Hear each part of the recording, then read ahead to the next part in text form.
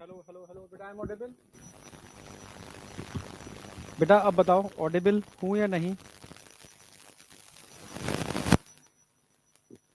Hello hello. बेटा voice, आज Sunday है, कोई टीम नहीं है, कल लेट हो गया था ना, तो मंडे को उसको ट्रीट करने के लिए बोला है कि मंडे को सही होगा ये।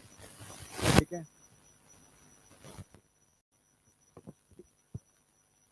जो भी साउंड आ रही है क्रैकिंग की, ये मंडे को सॉल्व हो जाएगी।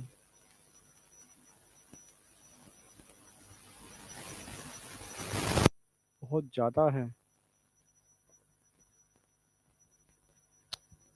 क्या करें यार, समझ नहीं आ रहा। 1 मिनट रुको।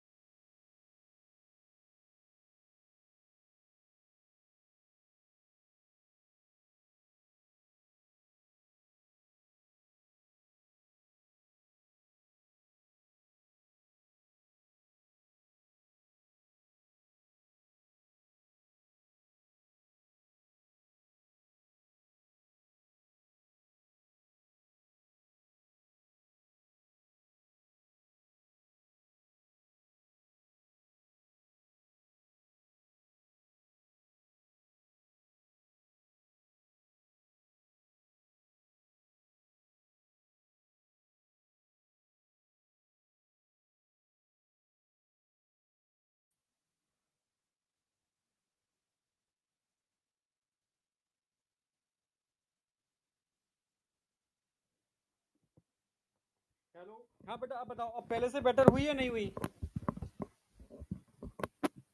साउंड पहले से बेटर है पूरा? मिट्टी का तो हो गया। हम्म। साउंड पहले से बेटर है? साउंड पहले से बेटर है?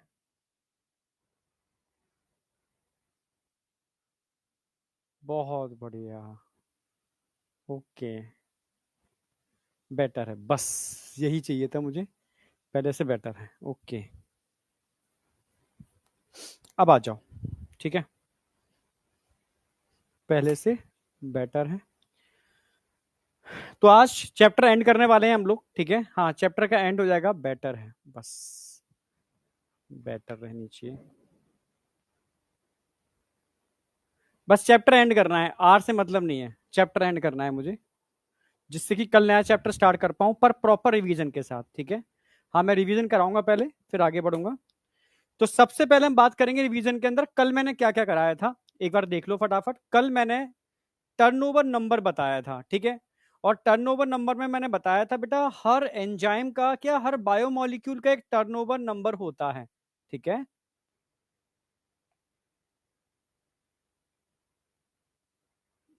भाई, एक ही तो मैंने क्लास लगाई है आज ठीक है भाई।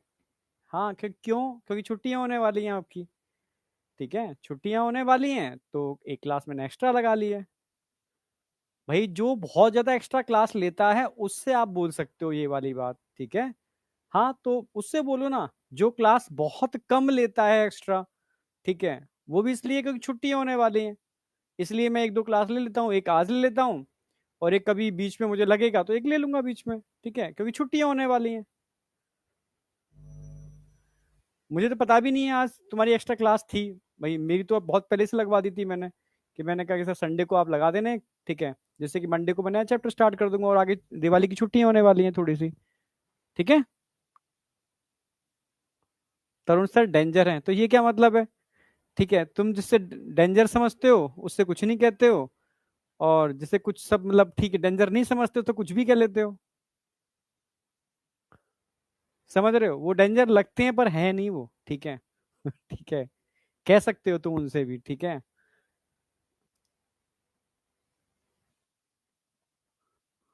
चलो आगे चलते हैं। तो टर्नओवर नंबर समझ में आ गया कि एक मिनट में, यानी पर्टिकुलर टाइम के अंदर एक एंजाइम की प्रेजेंस में, ज्यादा नहीं, एक एंजाइम कितने सबस्ट्रेट को प्रोडक्ट में कन्वर्ट कर रहा है। एक सिंगल एंजाइम, तो सिंगल एंजाइम का वो टर्नओवर नंबर होगा पर मिनट। एक मिनट में पर्टिकुलर एंजाइम, सिंगल एंजाइम कितने सबस्ट्रेट को प्रोडक्ट में कन्वर्ट कर सकता है, ये उसका टर्नओवर नंबर कहलाता है। तुम्हारा टर्नओवर कितना है, तुम एक साल के अंदर कितना टर्नओवर कर लेते हो, समझ रहे हो? हाँ, कितना बिजनेस जनरेट, टर्नओवर क्या है तुम्हारा, कितना? भाई तेरा टर्नओवर क्या है, वो आता है ना जिसमें वो फंडिंग करते हैं, फिर वो टर्नओवर बताते हैं, सर इतने इतने टर्नओवर कर लिया हमने, इतने किया, इतना लगाया, इतना हमने निकाला, इतना लगाया, इतना निकाला।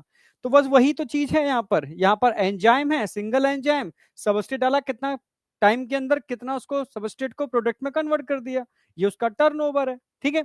तो टर्नओवर नंबर समझ में आ गया। समय मत भूलना टर्नओवर में, पर मिनट, ठीक है? चलो, कार्बोनिक एनहाइड्रेस का मैंने दिया, इसका टर्नओवर नंबर बहुत ज्यादा होता है।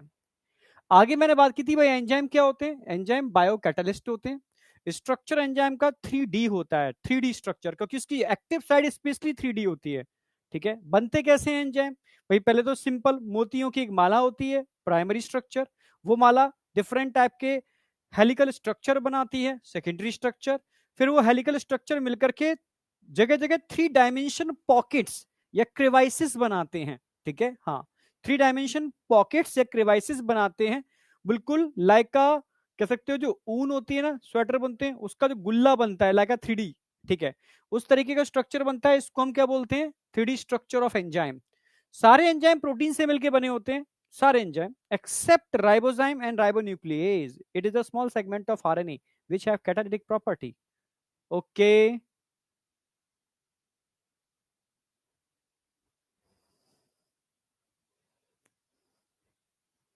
बस तुम कहते ही कहते हो मलिक, दिल की बात उसी से कही जाती है जो दिल के करीब होता है। तुम बस कहते हो करीब होता है, दुनिया के अंदर रियलिटी है ये, ठीक है। ठीक है, और मैं हमेशा कहता हूँ उसी पेड़ को काटा जाता है जो सीधा होता है, ठीक है।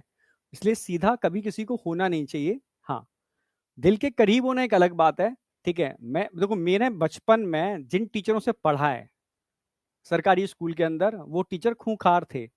खूंखार का मतलब बात बात पे तो डंडे मारते थे, मुझे याद है अभी भी, ठीक है। सरकारी स्कूल होता था, पढ़ाते तो थे नहीं, बस कपूरी होती थी, जानते हो ना, एक टोबैको कपूरी टाइप की एक चीज होती है, वो मुंह में भर लेते थे, ठीक है। सरकारी स्कूल में मोटे मोटे डंडे लेके आते थे, आते ही पहले सुताई चालू कर देते थे। तो भाई जब पहले ही पिट जाते थे, मतलब कोई टेढ़ा बैठा है उठा के एक दे दिया, अब क्लास में सन्नाटा एकदम, ठीक है। अब किसी की मजाल है कोई पूछ भी ले, तो बहुत सारे मेरे डाउट होते थे यार, कभी मतलब पूछूं, पर डर जाता था मैं, इतना ज्यादा मैं पूछ ही नहीं पाता था, ठीक है।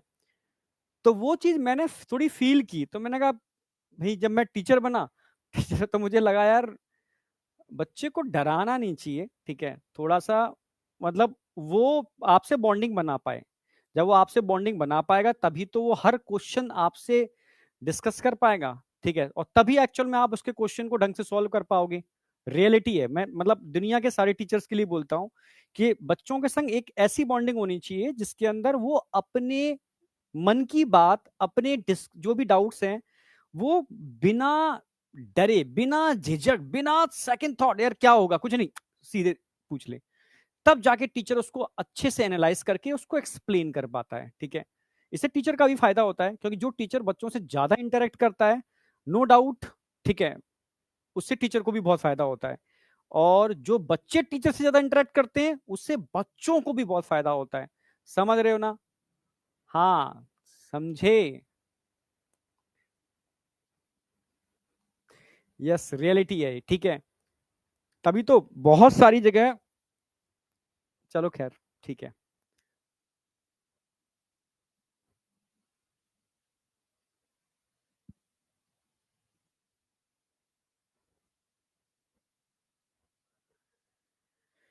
हाँ, तरुण सर तो खैर ठीक है, आपको ढंग से डिस्कस करते ही हैं आपसे, तो ये वाली बात तो एक्सक्यूज लगता ही नहीं है कि डर लगता है, तो गलत बात है, ठीक है।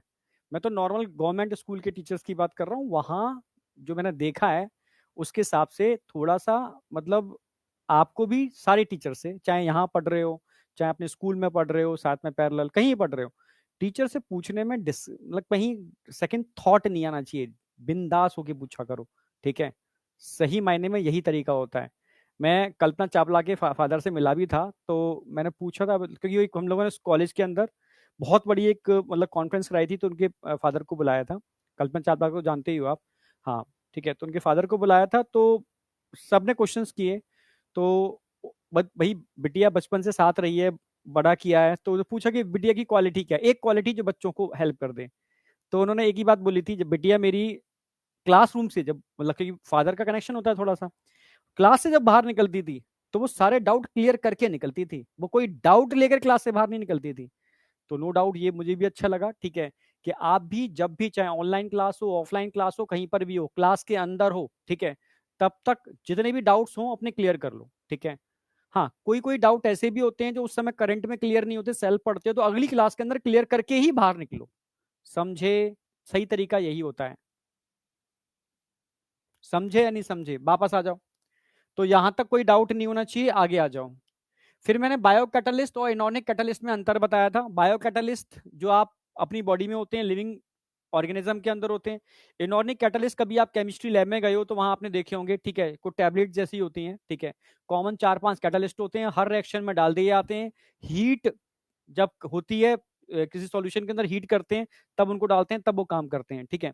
तो मोस्टली मोस्टली यार प्रोटीन, पर ये मेटल आइंस होते हैं, ठीक है, लिविंग ऑर्गेनिज्म में होते हैं, ठीक है। ये लिविंग ऑर्गेनिज्म में नहीं होते, हाई एफिशिएंसी से काम करते हैं, यानी इनकी एफिशिएंसी यानी काम करने की जो क्षमता है बहुत ज्यादा है, ठीक है, बहुत ज्यादा ये इफेक्टिव होते हैं।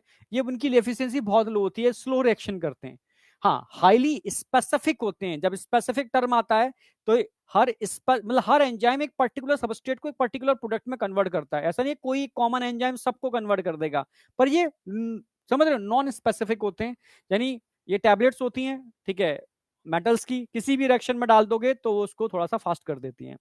हाई टेम्परेचर पर इनकी एक्टिविटी स्लो हो जाती है, ठीक है, क्योंकि प्रोटीन से मिलके बने होते हैं, सिंपल सी बात है, समझ रहे हो। और प्रोटीन आप जानते हो टेम्परेचर बढ़ाओगे तो इनका जो 3D स्ट्रक्चर होता है, ठीक है, नॉन कोवलेंट इंटरेक्शन ब्रेक कर जाता है, ठीक है।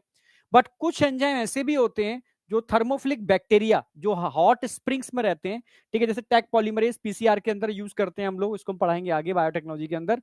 ये हाई टेम्परेचर पर ही वर्क करते हैं, थर्मोस्टेबल होते हैं, ठीक है, जबकि ये हाई टेम्परेचर पर इनकी रिएक्शन तेज हो जाती है। फिर आगे मैंने बात की थी केमिकल नेचर क्या है, फिजिकल चेंजेस और केमिकल चेंजेस होते हैं केमिकल रिएक्शन के अंदर। फिजिकल चेंज सिंपल सी बात है, ठीक है, ठोका पीटा बिना बॉन्ड टूटे शेप चेंज कर दी, ये हो गया शेप में चेंज। हाँ, स्टेट ऑफ मैटर जैसे आइस डिजोल्व हुई वाटर में कन्वर्ट हो गई, वाटर फिर वेपर्स में निकल गया, ठीक है, वो भी तो वाटर की वेपर्स, वही तो फॉर्म तो वाटर की ही है, ठीक है, वेपर्स की फॉर्म में। तो ये हो गए फिजिकल चेंज। केमिकल चेंज में हमेशा बॉन्ड का ब्रेकडाउन होता है और बॉन्ड का फॉर्मेशन होता है। एक रिएक्शन दिखा दिया मैंने, ठीक है, तो समझ जाओगे इससे क्या है केमिकल चेंजेस। फिर rate of chemical and physical process, rate कैसे निकालते हैं, रेट को आप वेलोसिटी भी कह सकते हो, ठीक है, समझ रहे हो, जब एक स्पेसिफिक डायरेक्शन में हो।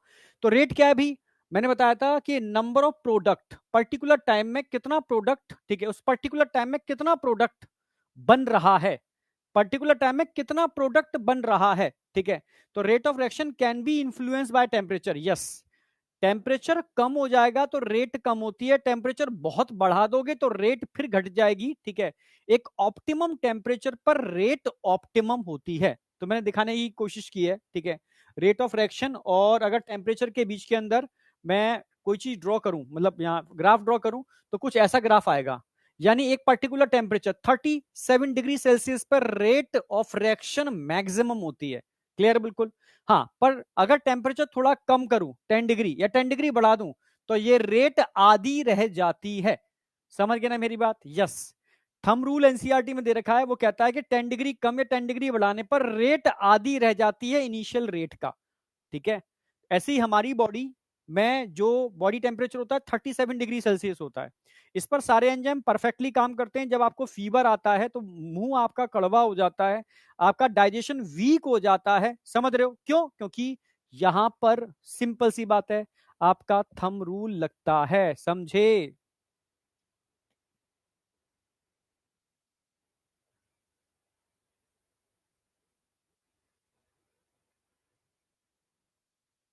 आई या नहीं आई, चलो नेक्स्ट। फिर इसके बाद मैंने बात की थी कि जैसे एक मतलब हम बात करते हैं एक रिएक्शन जो मैंने आपको रेस्पिरेटरी सिस्टम में पढ़ाई है, CO2H2O2CO3, ठीक है, सिंपल सी बात है, कार्बनिक एनहाइड्रेस की प्रेजेंस में बॉडी के अंदर होती है। तो ये बताना चाह रहे हैं कि अगर सोचो कार्बनिक एनहाइड्रेस हमारी बॉडी में नहीं होता, नहीं होता, तो उसकी एब्सेंस में क्या होता, लगभग 200 मॉलिक्यूल H2CO3 के बनते एक घंटे में हम जी ही नहीं पाते, क्योंकि CO2 को बाहर निकालना तेजी से CO2 को बाहर निकालना है, समझ रहे हो, तो यहां से CO2 निकलती नहीं बाहर, इतने बहुत कम मॉलिक्यूल बन रहे हैं। सोचो हमारी बॉडी के अंदर ये कार्बनिक एनहाइड्रेस नाम का एंजाइम है, बहुत फास्ट एक्टिंग एंजाइम है, ये एक सेकंड में, घंटा नहीं, एक सेकंड में 6 लाख मॉलिक्यूल बना देता है, तभी CO2 बाहर निकल पाती है। तो एंजाइम की प्रेजेंस में ये रिएक्शन को 10 मिलियन टाइम्स बढ़ा देता है, इन सब पे क्वेश्चन आते हैं, ध्यान रखना, 10 मिलियन टाइम बढ़ा देता है। तो एंजाइम का बहुत बड़ा रोल है हमारी बॉडी के अंदर, बहुत बड़ा रोल।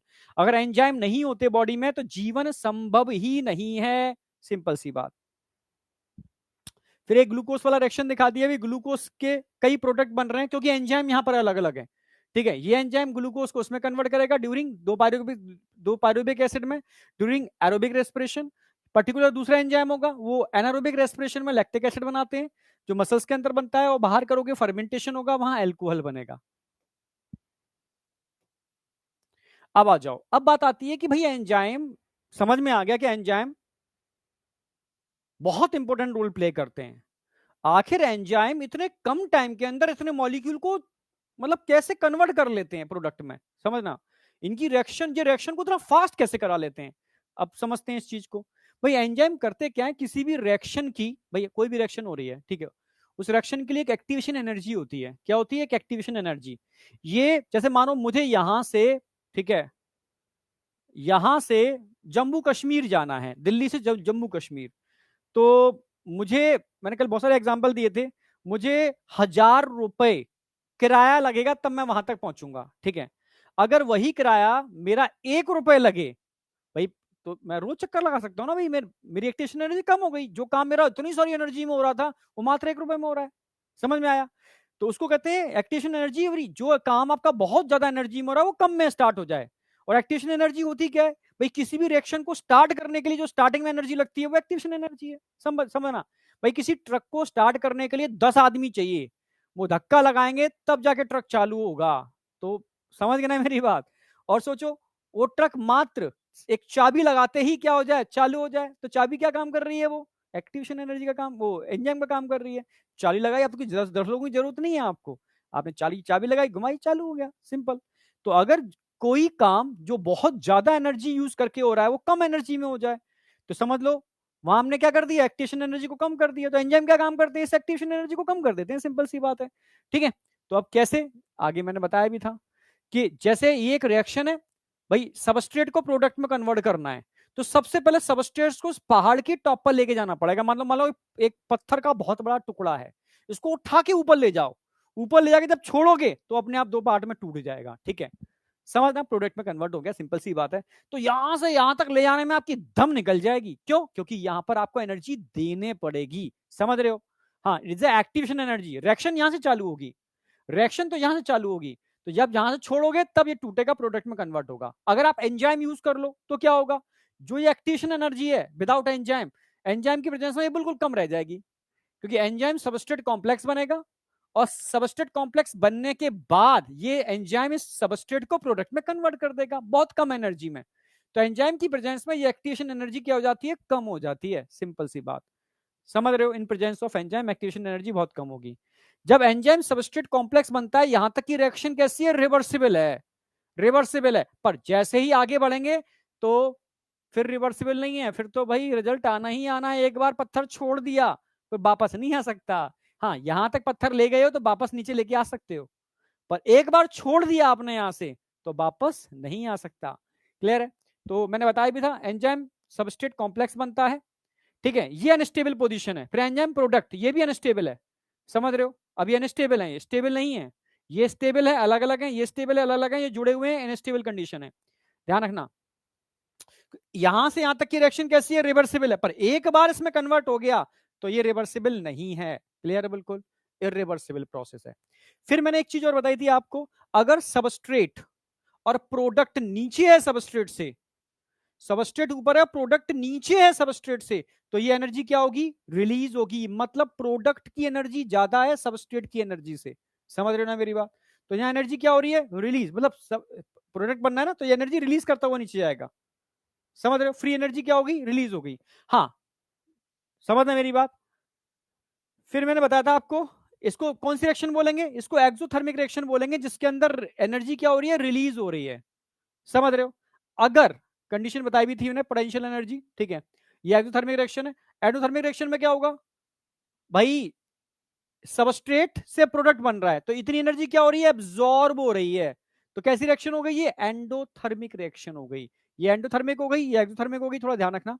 फिर मैंने बताया था भाई, सबस्ट्रेट एंजाइम कॉम्प्लेक्स जो होता है वो टॉप पर होता है, यानी यहां की पोटेंशियल एनर्जी सबसे ज्यादा होगी, चाहे रिएक्शन एक्सोथर्मिक हो या एंडोथर्मिक हो। हाँ, सबस्ट्रेट ऊपर है, प्रोडक्ट नीचे है, सबस्ट्रेट ऊपर है, प्रोडक्ट नीचे है, तो सबस्ट्रेट की एनर्जी ज्यादा होगी प्रोडक्ट की एनर्जी से। समझ रहे हो ना? वो नीचे आ गया, ठीक है, पोटेंशियल एनर्जी इसकी कम होगी, सिंपल सी बात है। हाँ, अगर सबस्ट्रेट नीचे है, प्रोडक्ट ऊपर है, तो प्रोडक्ट की पोटेंशियल एनर्जी ज्यादा होगी सबस्ट्रेट की पोटेंशियल एनर्जी से। प्रोडक्ट में ना कर दिया, सबस्ट्रेट पीछे कर दिया। यहां तक कोई डाउट था कल? यहां तक कोई डाउट था बेटा?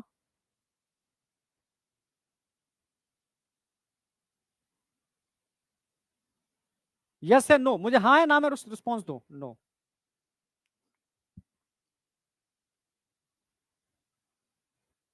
नो बीएमएस, ठीक है। चलो, अब इसके बाद हमने बात की थी नेचर ऑफ एंजाइम, ठीक है।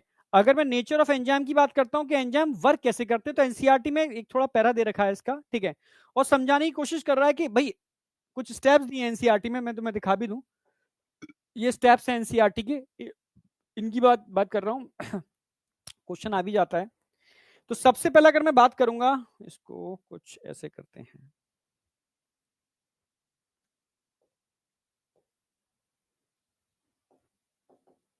शेप इसकी ये ले लेते हैं।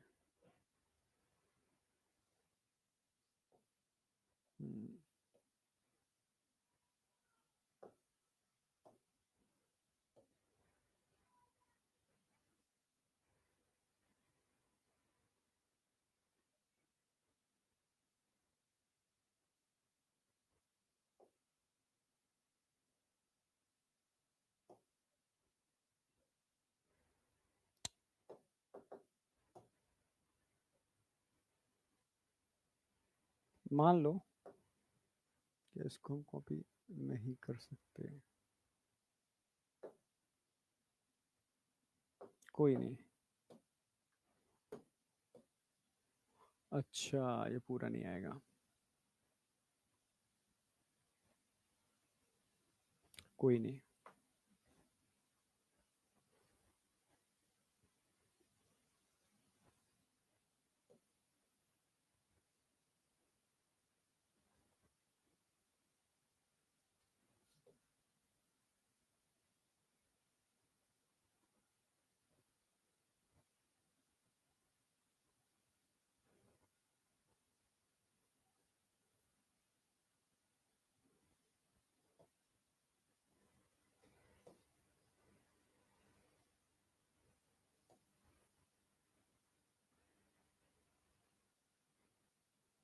अच्छा,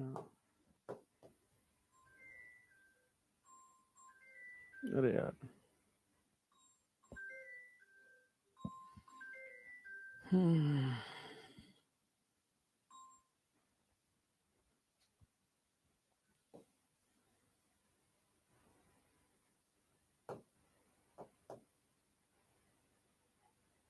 देखो,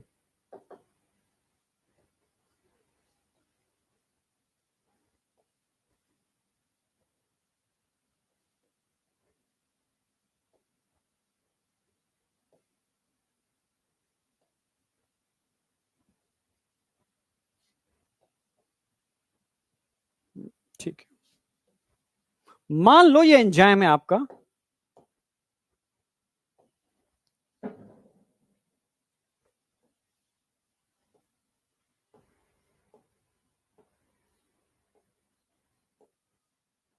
एंजाइम, ठीक है, और मान लो ये सबस्ट्रेट है आपका।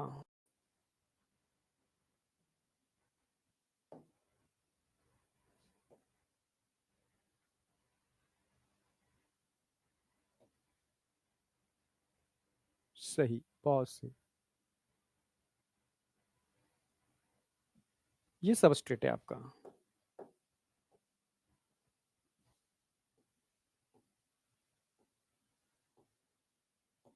ठीक है, एंजाइम समझ में आ रहा है, सबस्ट्रेट समझ में आ रहा है, ठीक है। अगर मैं आपसे कहूं ये सबस्ट्रेट किससे बाइंड करेगा, एंजाइम से, तो पहली जो बाइंडिंग होगी लूज बाइंडिंग होगी, और सेकंड बाइंडिंग होगी टाइट बाइंडिंग होगी, ठीक है। तो यहां पर एनसीईआरटी बोलना चाह रही है कि सबस्ट्रेट जो होता है वो एंजाइम की एक्टिव साइट से बाइंड करता है। तो फर्स्ट बाइंडिंग जो होगी इसकी, फर्स्ट बाइंडिंग जो होगी वो कैसी बाइंडिंग होगी, लूज बाइंडिंग होगी, लूज बाइंडिंग होगी, बस इतना दिखा देते हैं, लूज बाइंडिंग होगी। हाँ, सेकंड बाइंडिंग जो उसकी होगी ना वो टाइट बाइंडिंग होगी, एकदम टाइट बाइंडिंग होगी, ये फिक्स हो गया अंदर जाकर के। क्लियर है? हाँ, पहली बाइंडिंग लूज है, सेकंड बाइंडिंग एकदम टाइट बाइंडिंग है, एकदम मतलब कह सकते हो बिल्कुल टाइट बाइंडिंग है। और उसके बाद जाकर के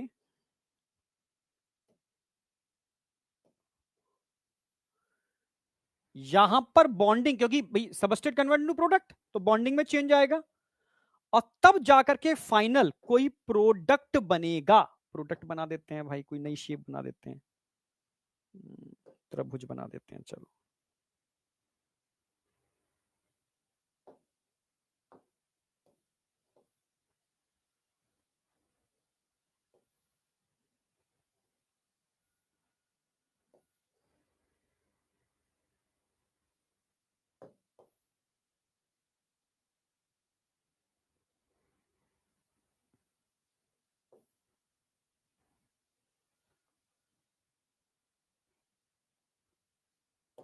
अब देखो, अब समझ में आएगा आपको। इसका कलर भी चेंज कर दो भाई, नहीं तो।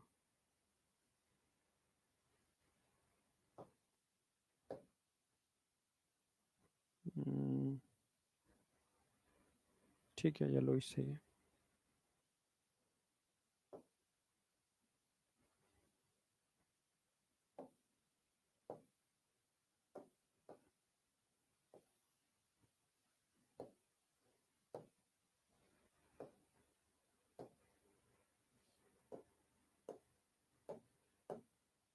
ठीक है, फिर भी अब देखो, अब समझ में आ जाएगा आपको। तो सबसे पहले क्या होता है, एंजाइम सबस्ट्रेट आपस में बाइंड करते हैं, लूज बाइंडिंग होगी।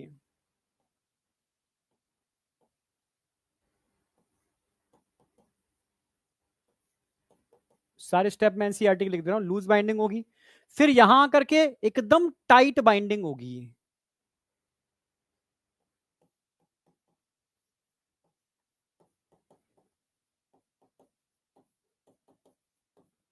टाइट बाइंडिंग होगी। टाइट बाइंडिंग के बाद यहां पर, क्योंकि अब ट्रांजिशनल स्टेट आएगी। ट्रांजिशनल स्टेट का मतलब है यहां पर इन दोनों के बीच में इंटरेक्शन होगा। Transitional state, breakdown and formation of new bond. Breakdown and formation of new bond, उसके बाद जाकर के चेंजेस होगा, तो क्या बनेगा आगे जाकर के, प्रोडक्ट बनेगा। क्या बनेगा, इज अ प्रोडक्ट।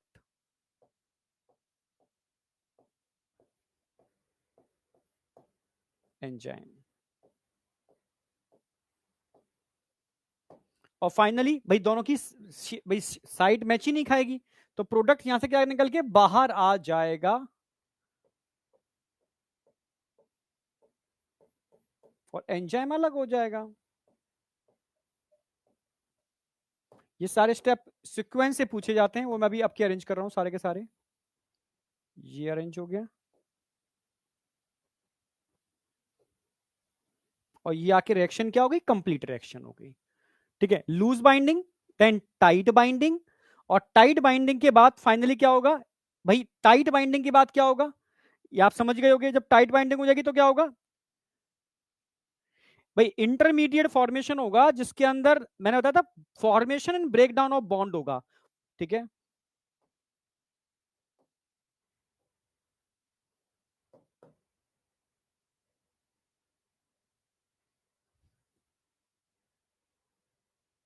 यहां तक की रिएक्शन कैसी है, रिवर्सिबल है। ठीक है, फिर एंजाइम, यहां टाइट बाइंडिंग हो गई, इरिवर्सिबल है, ये भी इरिवर्सिबल है, और फिर फाइनली प्रोडक्ट बन गया। ठीक है, तो ये सबस्ट्रेट है, सबस्ट्रेट है, सबस्ट्रेट है, देन प्रोडक्ट है। समझ गए होगे। तो बस तुम्हें क्या रखना है भाई, सबस्ट्रेट्स अपनी एक्टिव साइट पर डिफ्यूज, या हो क्या रहा है, डिफ्यूजन ऑफ सबस्ट्रेट। ये टर्म मत भूलना, diffusion of substrate, diffusion of substrate. ठीक है, हमेशा सबस्ट्रेट का डिफ्यूजन एंजाइम में एक्वस कंडीशन में होगा। ठीक है, एक्वस कंडीशन चाहिए। तो डिफ्यूजन ऑफ सबस्टेट, सबस्ट्रेट का डिफ्यूजन होगा इसकी एक्टिव साइड में। तो सबसे पहले लूज बाइंडिंग होगी। बाइंडिंग कैसी हो रही है, यहां पर लूज बाइंडिंग हो रही है। फिर यहां पर टाइट बाइंडिंग हो रही है, और टाइट बाइंडिंग के बाद मैंने बताया क्या आता है, इंटरमीडिएट फॉर्मेशन होता है। यस, हाँ, intermediate formation, enzyme product complex कह सकते हो। इंटरमीडिएट बोल दिया है तो उसमें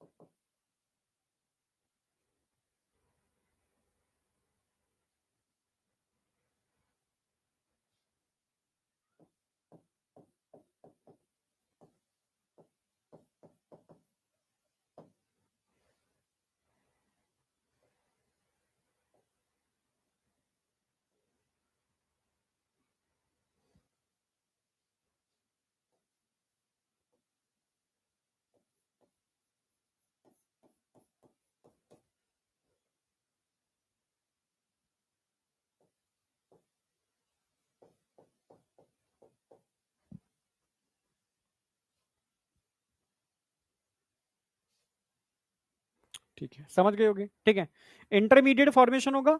अब मैं एनसीईआरटी दिखा दूं आपको। First the substrate bind to the active site of enzyme fitting into active site. भाई ठीक है, बाइंडिंग कर रहा है एक्टिव साइड में, it is the active site of enzyme. ये क्या है? Active site of enzyme.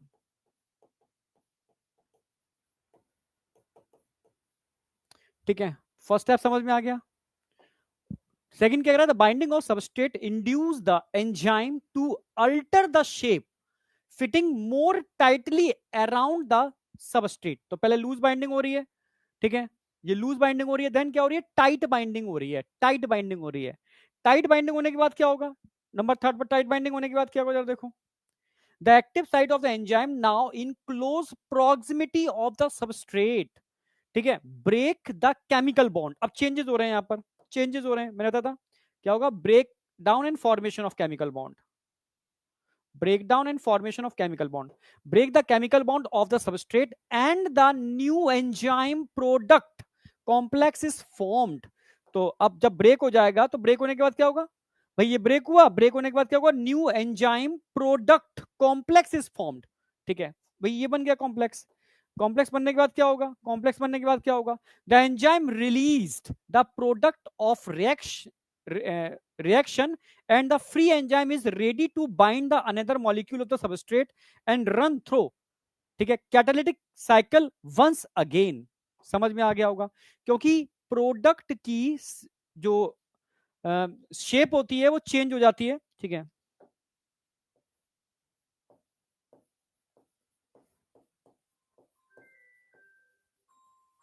इसीलिए प्रोडक्ट इसकी एक्टिव साइड में फिट नहीं होता और यहां से क्या हो जाएगा? रिलीज हो जाएगा। तो ये रिलीज हो गया यहां से, ठीक है, रिलीज हो गया। अब बताओ, इसमें किसी को कोई डाउट है? इसमें किसी को डाउट है? बस फर्स्ट बाइंडिंग जो होती है, ध्यान, फर्स्ट बाइंडिंग जो होती है वो लूज होती है, सेकंड बाइंडिंग जो होती है वो टाइट होती है। ये क्वेश्चन एक बार पूछा गया है, ठीक है। और फिर इंटरमीडिएट स्टेज आती है, इसमें break down and formation of bond होता है। यहां क्या हो रहा है? Break down and formation of bond, break down and formation of bond, bond का ब्रेक डाउन एंड फॉर्मेशन, ठीक है, तभी तो प्रोडक्ट बनेगा। बन गया प्रोडक्ट नया, उठा करके, ये दोनों की एक्टिव साइड मैच ही नहीं कर रही है तो वो निकल जाएगा बाहर। अब बताओ, यहां तक किसी को कोई डाउट है?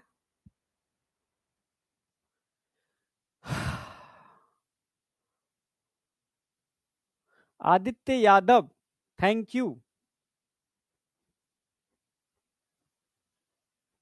फोर्थ स्टेप समझ नहीं आया? फोर्थ स्टेप में क्या है? ठीक है भाई, ये तो समझ में अलग अलग है। लूज बाइंडिंग हुई, टाइट बाइंडिंग हुई, और मैंने बताया था भाई केमिकल रिएक्शन में क्या होता है, केमिकल रिएक्शन में क्या होता है, फिजिकल चेंजेस होते हैं, वो अलग हो गए। जबकि केमिकल चेंजेस में क्या होगा? Break down and formation of new bond, formation of new bond, टूटेंगे बनेंगे, ठीक है, तभी तो एक नया प्रोडक्ट बनेगा। जैसे CO2 H2O मिलते हैं तो H2CO3 बनेगा ना। तो कुछ टूटेगा कुछ बनेगा तभी तो नया प्रोडक्ट बनेगा। तो कुछ टूट रहा है कुछ बन रहा है तभी तो नया प्रोडक्ट बन रहा है, बन गया नया प्रोडक्ट। तो यहां से break down and formation of bond हो रहा है, इंटरमीडिएट स्टेज आ गई, उसका प्रोडक्ट बन गया, दोनों की साइड अलग अलग है तो बाहर निकल जाएगा, रिलीज हो जाएगा, सिंपल।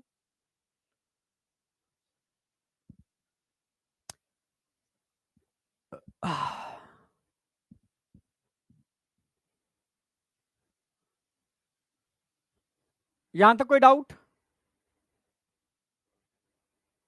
देखो, टेस्ट सीरीज का टाइम जैसे आपका 11th कंप्लीट हो जाए, क्योंकि टेस्ट सीरीज के लिए मैंने बताया ना, आपका 11th आपकी मुट्ठी में होना चाहिए। 11th आपका जैसे ही लग रहा है कंप्लीट होने पर आ गया या कंप्लीट हो रहा है, हम एंड पर आ गए, बस अब टेस्ट पर जुट जाओ। एक साइड में 11th के टेस्ट देने चालू कर दो, 12th का पढ़ाई चालू कर दो, ठीक है। 11th का revision test, revision test, revision test, और जब 11th कंप्लीट हो जाए फिर 12th का रिवीजन टेस्ट, रिवीजन टेस्ट, और finally mock test, full full test. Zoology का हमेशा तुम्हें टफ ही मिलेगा, ध्यान रखना, ठीक है। आज क्या हमेशा ही टफ मिलेगा, कि जूलॉजी के कुछ क्वेश्चन आते भी बहुत टफ हैं, मजाक नहीं है, तुम उसको हल्के में ले लेते हो।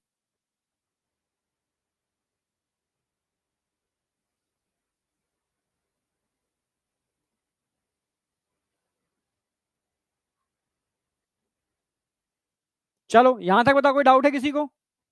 कुछ भी कैसा भी डाउट, मतलब कंसेप्चुअल की बात कर रहा हूं, बिल्कुल कंसेप्चुअल चीजें ठीक ठाक होनी चाहिए।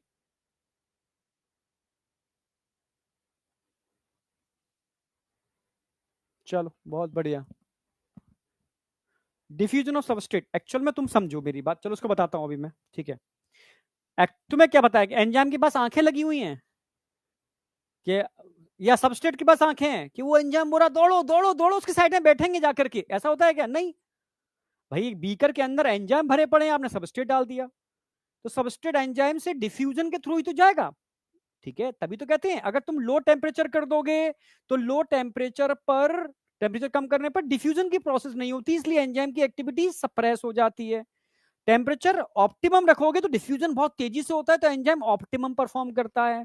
हाई टेम्परेचर पर जो एंजाइम होती हैं उनकी जो एक्टिव साइट्स होती हैं, जो नॉन कोवेलेंट इंटरेक्शन से बनी होती हैं, वो टूट जाती हैं, ठीक है। तो एक्टिव साइट से बाइंड ही नहीं हो पाएगा, उसको डीनेचुरेशन ऑफ एंजाइम बोलते हैं। हाँ, अगर आप बहुत ज्यादा हाई कर दोगे तो कोवेलेंट बॉन्ड टूट जाएंगे, ठीक है। तो प्रोटीन ही टूट गई पूरी की पूरी, ठीक है। तो एंजाइमिक बर्बाद हो गया पूरा का पूरा। यहां तक कोई डाउट है बेटा? टेस्ट सीरीज जल्दी आने वाली है बेटा।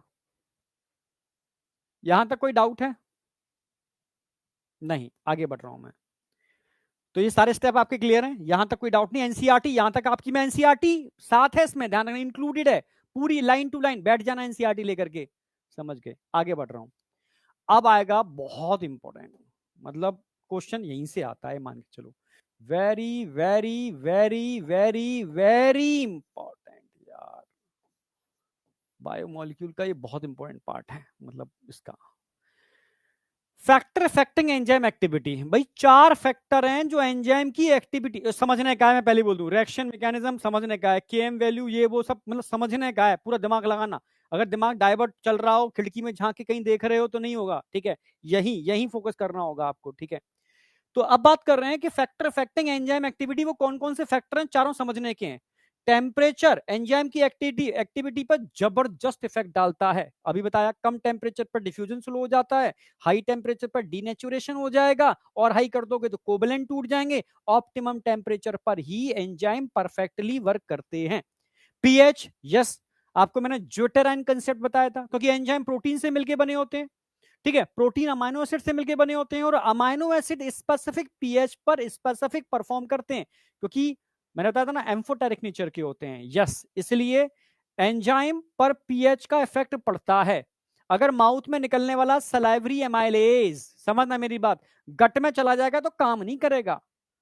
गट में निकलने वाला पैप्सिन अगर स्मॉल इंटेस्टाइन में चला जाएगा तो काम नहीं करेगा, क्योंकि वहां की पीएच अलग होती है, स्टमक की पीएच अलग होती है, माउथ की पीएच अलग होती है। हर एंजाइम स्पेसिफिक पीएच पर ही परफॉर्म करता है, समझे? अब सबस्ट्रेट कंसंट्रेशन, यस यस बिल्कुल। अगर एक बीकर में 100 एंजाइम पड़े हुए हैं तो तुम धीरे धीरे सबस्ट्रेट बढ़ाते जाओ तो एंजाइम की उसकी रिएक्शन एक्टिविटी क्या होती है, बढ़ती चली जाएगी, बढ़ती चली जाएगी। कब तक? जब तक कि वो 100 एंजाइम अपने सबस्ट्रेट के साथ कंप्लीटली बाइंड नहीं कर जाते, सैचुरेट नहीं कर जाते।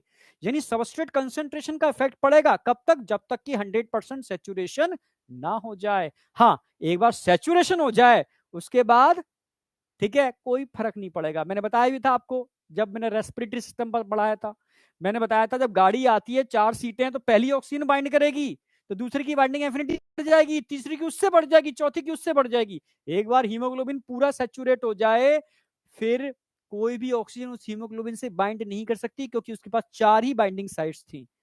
समझ? तभी तो कर्व कैसा बनता है? एस शेप कर्व बनता है, ठीक है। तो सबस्ट्रेट कंसंट्रेशन का इफेक्ट पड़ता है, पर कब तक? जब तक कि कंप्लीट सैचुरेशन नहीं हो रहा, इसको समझाऊंगा। और भाई ये तो बहुत इंपॉर्टेंट है, इनहिबिटर्स, यस। इसमें एक जबरदस्त क्वेश्चन पूछने वाला हूं आपसे। अगर कोई, ठीक है, पिबक्कड़, समझ रहे हो ना? हाँ, पिबक्कड़, पिबक्कड़ समझ रहे हो ना, ड्रिंक करने वाला, गलती से उसने मेथनॉल पी लिया। जानते हैं मेथनॉल? तुम्हें शायद पता होगा, तुम सरकारी स्कूल में पढ़े होगे, ठीक है, कुछ में से कई बच्चे। पहले स्कूलों में क्या था, इथाइल एल्कोहल, एक्सपेरिमेंट के लिए इथाइल एल्कोहल आता था, ठीक है। बहुत सारी चीजों को स्लाइस करना होता था, स्प्रिट लैम्प जलानी होती थी, तो इथेनॉल आता था। पर जो लैब टेक्नीशियन और जो होते थे ना चपरासी टाइप के, तो टैंक के टैंक आते थे, वो रात रात में टैंक को खाली कर करके खुद पी जाते थे और पार्टी करते थे। इथाइल अल्कोहल, बिल्कुल इथेनॉल तो होता ही है नशे, खतरनाक नशे के लिए। तो सरकार ने क्या काम कर दिया, इथेनॉल के अंदर मिथेनॉल मिलाना चालू कर दिया और बता दिया मिथेनॉल है, पियोगे मर जाओगे। ठीक है, हाँ। तो अगर मान लो किसी नए टेक्नीशियन ने मिथेनॉल पी लिया और तुम उसको बचाना चाहते हो, तो क्या करोगे? समझे? हाँ, इस पर डिस्कस करने वाला हूं अभी। जहरीली शराब, यस, मिथेनॉल। जब भी हम नॉर्मल देसी शराब बनाते हैं ना, देसी शराब बनाते हैं जो फर्मेंटेशन करके घर में ही बना सकते हो आप, तो उसमें इथेनॉल के संग संग मिथेनॉल भी बन जाता है। उसको प्यूरिफाई किया जाता है, तब जाकर के वो पीने लायक बनती है, पर देसी है वो, उसमें प्यूरिफिकेशन तो चल नहीं रहा है। तो ठेकों पर कभी कभी नहीं जहरीली शराब करके देखा होगा, मर गए लोग, तो वो मिथेनॉल पी के मर जाते हैं, पर उसको बचाया जा सकता है।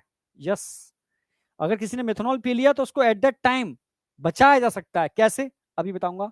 कॉम्पिटिटिव इनिबिटर के अंदर, जबरदस्त कंसेप्ट। ठीक है, चलो समझे? तो करें स्टार्ट। हाँ, इनिबिटर पर आ रहा था मैं।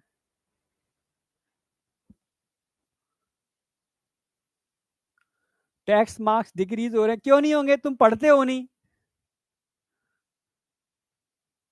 जब पढ़ोगे नहीं तो क्या होगा, तुम बताओ। ठीक है, डिक्रीज तो होंगे ही। चलो नेक्स्ट आ जाओ। तो सबसे पहले मैं बात करूंगा फैक्टर टेम्परेचर। टेम्परेचर की बात कर लेते हैं। अगर मैं टेम्परेचर की बात करता हूं,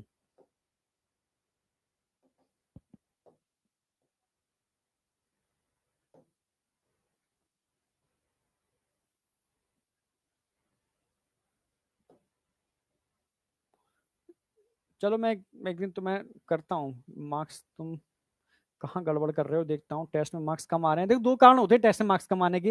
अगर तुम्हें पेपर लग रहा है बहुत टफ आया, ठीक है, तो वो एक अलग चीज है। ठीक है, कोई पेपर हम थोड़ा टफ बना भी रहे हैं, ठीक है, पर तुम मक्कारी कर रहे हो, रिवीजन नहीं कर रहे, पढ़ नहीं रहे, तो मार्क्स कम आ रहे हैं, तो वो एक अलग बात है। ठीक है,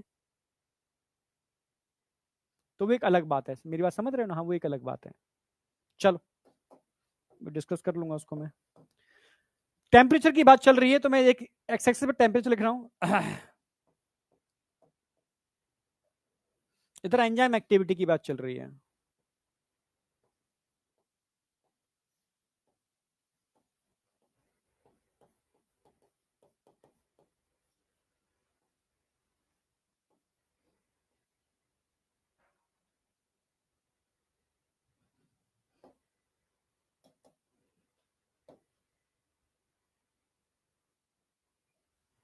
ये मैंने अभी बना के भी दिखाया था आपको।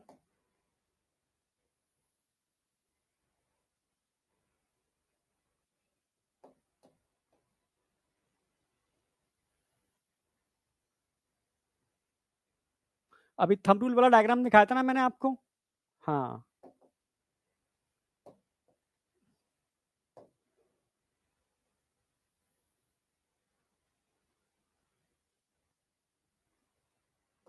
अभी थंब रूल वाला डायग्राम दिखाया था मैंने आपको, बोला भी था। ठीक है, ये ऑप्टिमम टेम्परेचर है। मान लो ये टेम्परेचर है 37 डिग्री सेल्सियस। क्या है?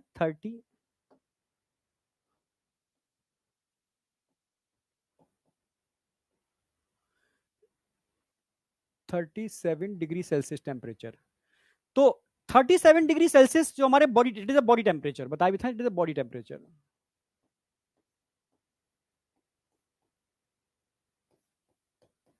इस टेम्परेचर पर जो एंजाइम एक्टिविटी होगी,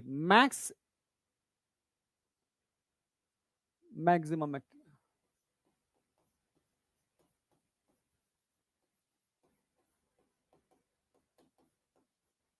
मैक्सिमम एक्टिविटी होगी ऑप्टिमम टेम्परेचर पर। ठीक है, ऑप्टिमम टेम्परेचर पर।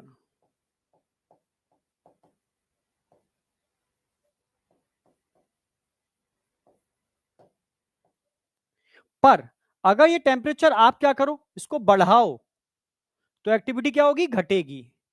या घटाओ तो एक्टिविटी क्या होगी? घटेगी। तो ऐसा क्यों होगा? एक्टिविटी घटती क्यों है ऑप्टिमम टेम्परेचर से आप लेफ्ट और राइट साइड जाते हो? तो अभी बताया, अगर अगर तुम लेफ्ट जाओगे थंब रूल के हिसाब से, तो भाई मैंने बताया था डिफ्यूजन रेट कम हो जाएगा। मैं अलग से समझा देता हूँ इस चीज को। चलो इसमें नहीं आएगा, कोई नहीं, जगह है।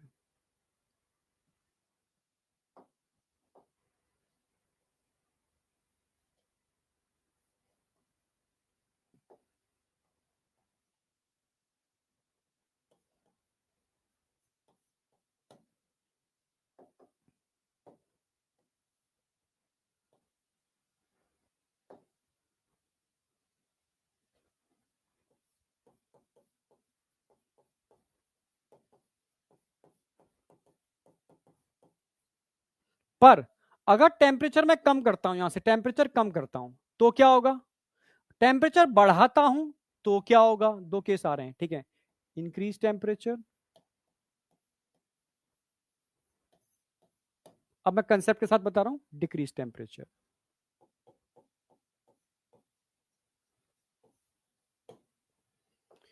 अगर टेम्परेचर कम करूंगा तो ये बीकर है मान लो,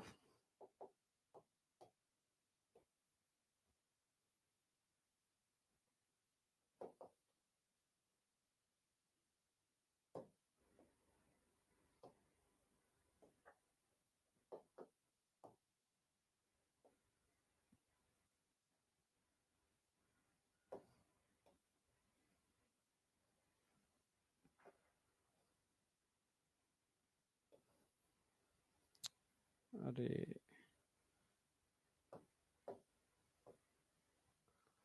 अच्छा नहीं आ रहा ये, चलो कोई नहीं। मैंने पहले डाल दिया था उसको, कोई नहीं।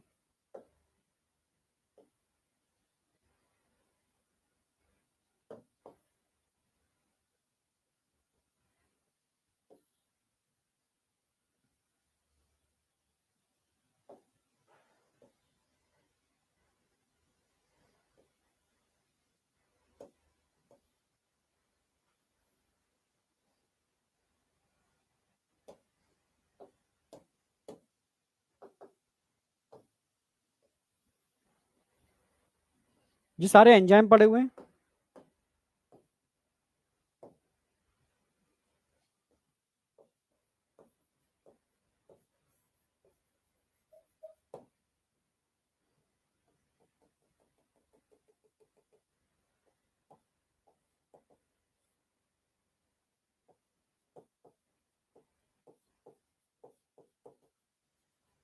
एक्वा सॉल्यूशन है।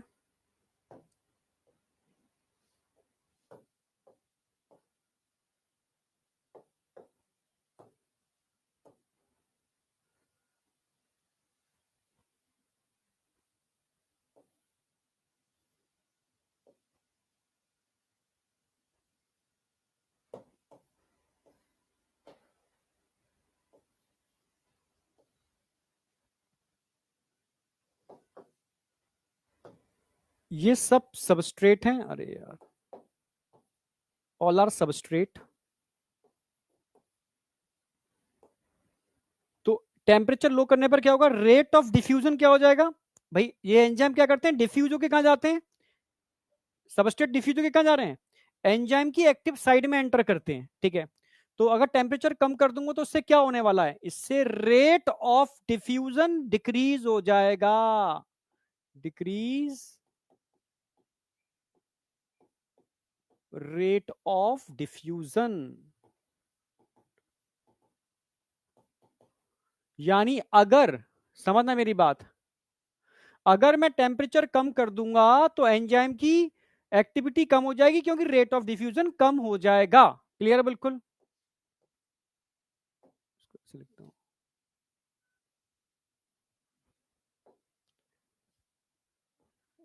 डिक्रीज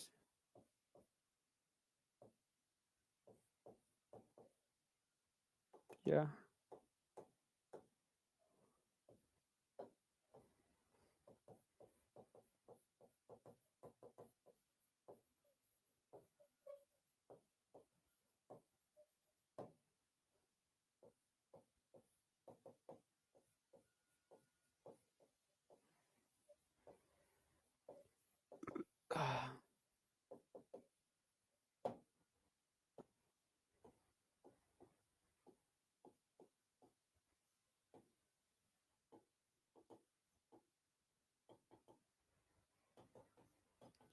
जैसे ही टेम्परेचर कम करोगे, टेम्परेचर करने पर क्या होगा, enzyme diffuse, sorry substrate diffuse होके क्या होगा, decrease activity of enzyme due to decrease rate of diffusion of substrate. Substrate का रेट ऑफ डिफ्यूजन कम हो जाएगा, इसीलिए फ्रिज में जब तुम कोई चीज रख देते हो तो खराब नहीं होती। क्यों नहीं खराब होती, इसलिए नहीं खराब होती,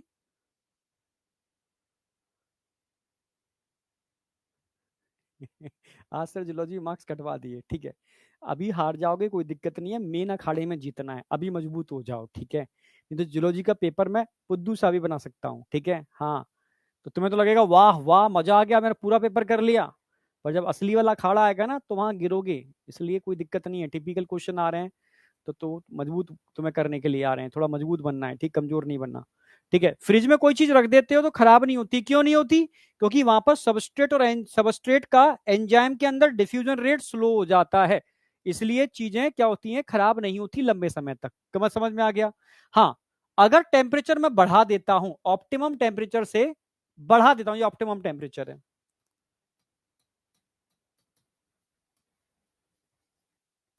ये ऑप्टिमम टेम्परेचर है, बॉडी टेम्परेचर जो था ऑप्टिमम टेम्परेचर है, इससे मैं टेम्परेचर बढ़ा दूं, ठीक है, तो क्या होगा, तो डीनेचुरेशन हो जाएगा, denaturation of enzyme.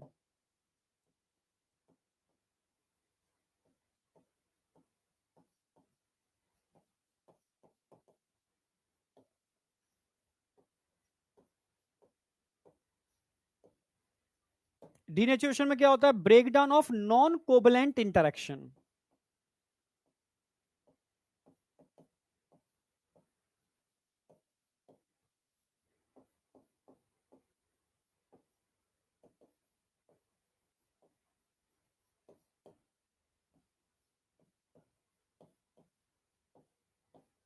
Breakdown of non covalent interaction, ठीक है, yes, breakdown of non covalent interaction, ठीक है। जैसे ये स्ट्रक्चर था 3D स्ट्रक्चर, इसको मेंटेन करने के लिए covalent interaction, non non covalent interaction responsible था। ये नॉन कोवलेंट क्या हुआ है,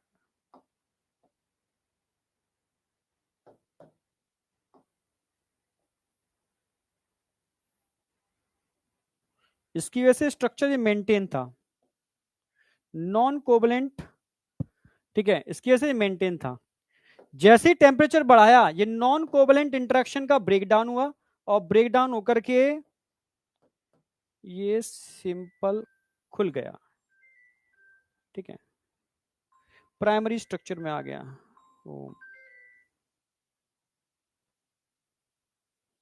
नोट कर लो तो तुम एक बार, फादर का कॉल है, देख लो क्या है ना।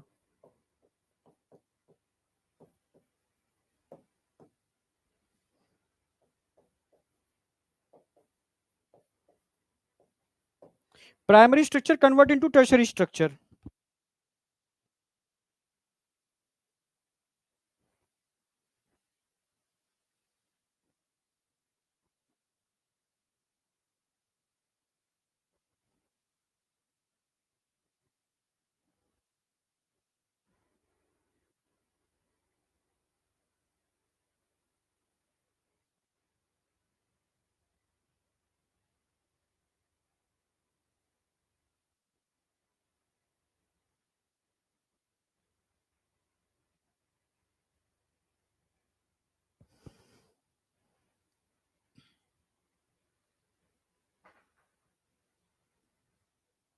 चलो, हाँ, समझ में आया, नोट कर लिया।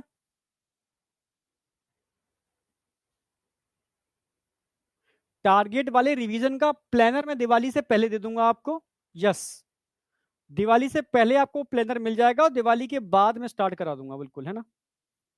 दिवाली से पहले ही मैं प्लानर दे दूंगा आपको पूरा, कि 1.5 महीने के अंदर आपको टारगेट बेस कैसे काम करना है, और दिवाली के बाद मैं आपका रिवीजन स्टार्ट कर दूंगा, ठीक है। हाँ, मतलब टारगेट देना स्टार्ट कर दूंगा, वो एक अलग एक एक नई स्ट्रेटेजी है, ठीक है, बिल्कुल अलग तरीके से डिजाइन किया है मैंने पूरा, ठीक है, मैं बता दूंगा आपको।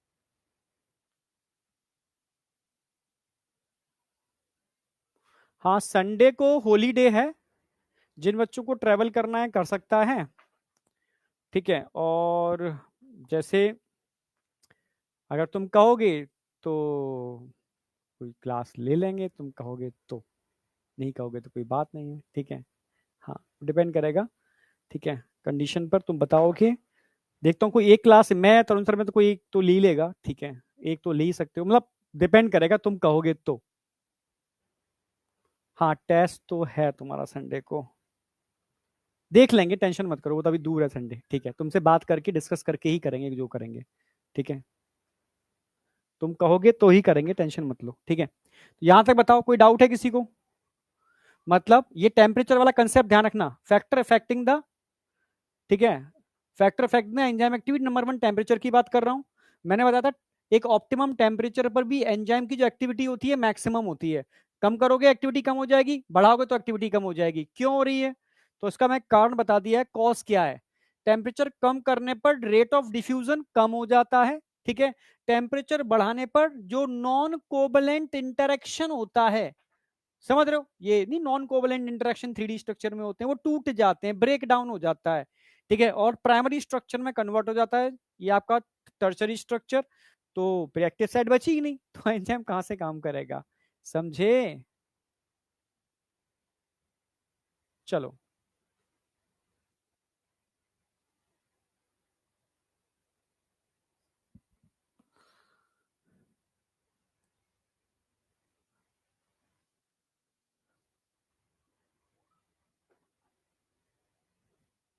चलो बहुत समझ में आ गया ये संकल्प। स्टूडेंट क्या लिख रहा है?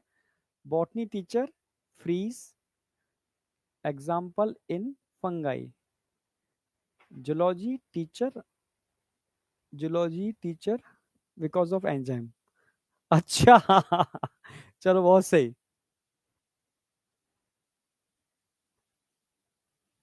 ठीक है, फादर की हेल्थ ठीक है, चल रहा है प्रोसेस। ठीक है, यहां तक कोई डाउट है? चलो नेक्स्ट, आगे बढ़ रहा हूं मैं। अब बात करते हैं, अच्छा एक और रह गया यार, से थर्ड कैसे आ गया? Temperature pH. अब बात करता हूं पीएच की।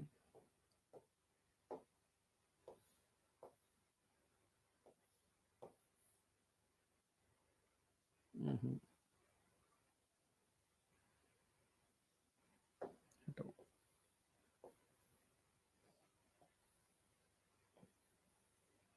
अब ठीक है ना, पीएच।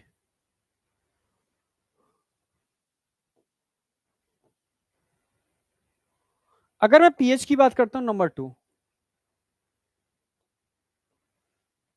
अगर मैं पीएच की बात करता हूं तो आप जानते हो पीएच का बहुत जबरदस्त इफेक्ट होता है एंजाइम एक्टिविटी के ऊपर।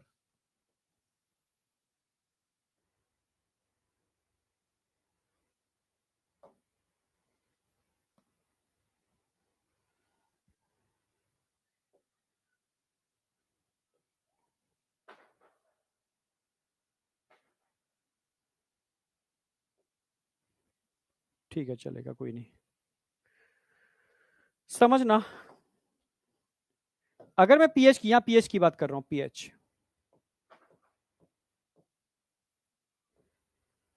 क्या, एंजाइम एक्टिविटी।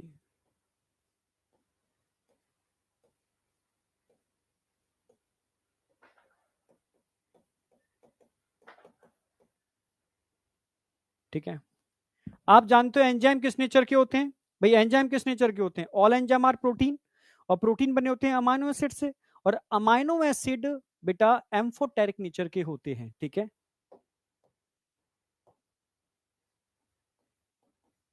ऑल, मोस्टली लिख देता हूं, ऑल में दो और आ जाएंगे।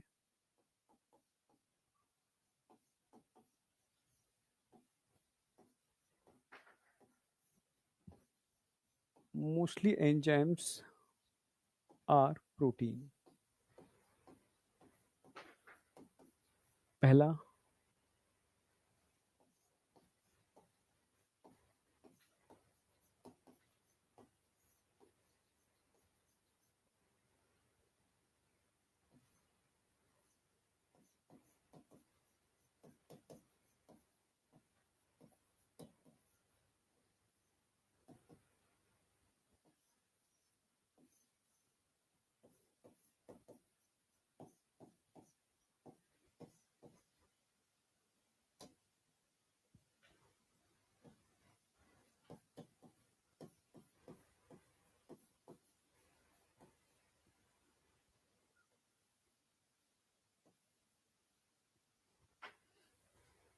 ठीक है, और अमाइनो एसिड एम्फोटेरिक नेचर के होते हैं, एम्फोटेरिक नेचर, ठीक है, इसीलिए पीएच का इफेक्ट पड़ता है। कॉज तुम्हें समझ में आ गया होगा। पीएच की बात करता हूं, यहां मान लो न्यूट्रल है 7 पीएच है 7, ऊपर बढ़ेंगे तो यहां पर आप समझ गए होगे 8 पीएच होगी, यहां पर 9 होगी, यहां पर 10 कर देता हूं, आगे बढ़ाते चले जाओ, नीचे लेके आएंगे, ठीक है, तो यहां पर पीएच 6 हो जाएगी, यहां पर 5 हो जाएगी, यहाँ 4 हो जाएगी, ठीक है, समझ गए होगा ना। यहाँ मान लो पीएच 1 है, ठीक है, डैश डैश डैश कर दिया मैंने। आप जानते हो अगर डाइजेस्टिव प्रोसेस की बात करूं,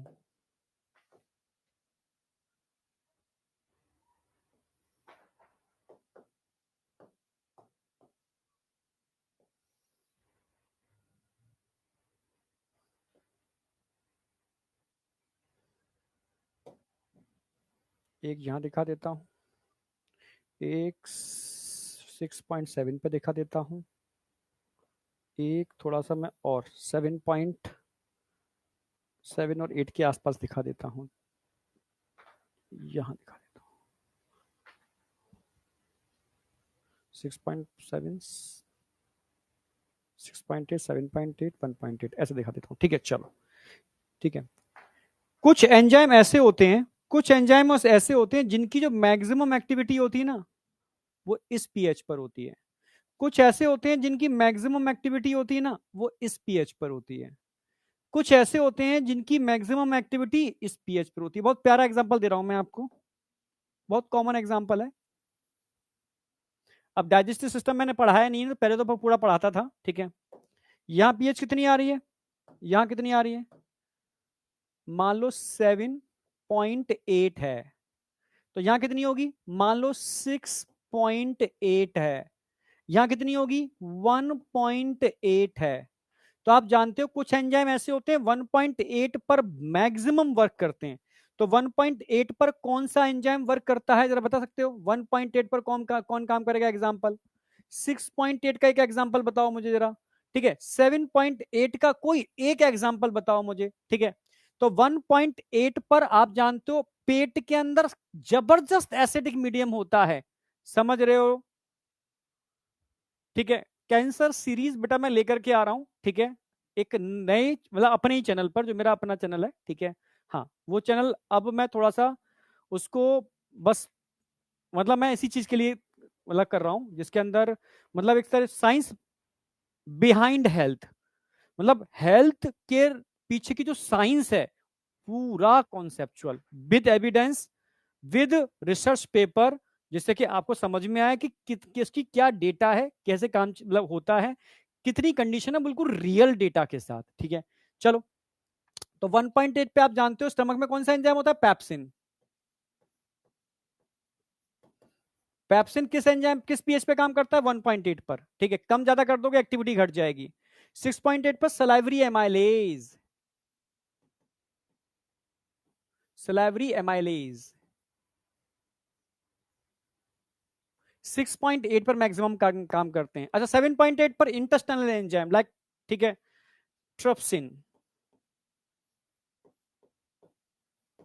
ट्रिप्सिन, ठीक है, ट्रिप्सिन किस पीएच पे काम करता है, 7.8। तो ये समझ में आ गया होगा, क्योंकि हर एंजाइम एक स्पेसिफिक पीएच पे काम करता है, ठीक है। माउथ वाला एंजाइम अगर तुम उसको स्टमक में डाल दोगे काम नहीं करेगा, अगर तुम स्मॉल लार्ज इंटेस्टाइन में डाल दो, स्मॉल इंटेस्टाइन में डाल दोगे काम नहीं करेगा, इसको स्टमक में डाल दोगे काम नहीं करेगा, इसको यहां डाल दोगे काम नहीं करेगा। यानी हर एंजाइम एक स्पेसिफिक पीएच पर ही काम करता है।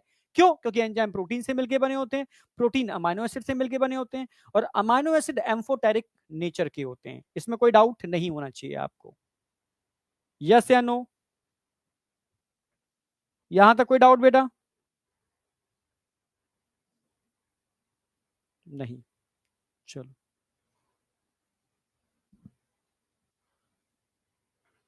कौन है भाई टीटू सिंह,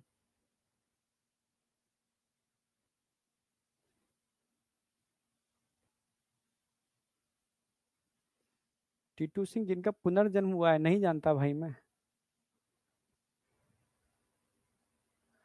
पीएच पर भी एक्सपेरिमेंट वहीं डलेगा, वहीं उसी चैनल पर आ जाएगा, ठीक है। पीएच की पूरी सीरीज है यार, पीएच का खेल अल्टीमेट है, वो आपके लिए तो बहुत जरूरी है, समझना होगा पीएच को। पीएच, पीएच अपने में ही पूरी साइंस है, पीएच पूरी साइंस है, पूरी साइंस। मतलब पीएच पर मैं 100 लेक्चर भी लेके आऊं तो वो कम है, लेके आऊंगा उसकी पूरी सीरीज, टेंशन मत करो, ठीक है, उसी पर आएगी। पर अभी पहले थोड़ा सा मेरा टारगेट है कि 11th पूरा करा दूं, 11th का रिवीजन स्टार्ट करा दूं तुम्हारा, और 12th और चालू हो जाए।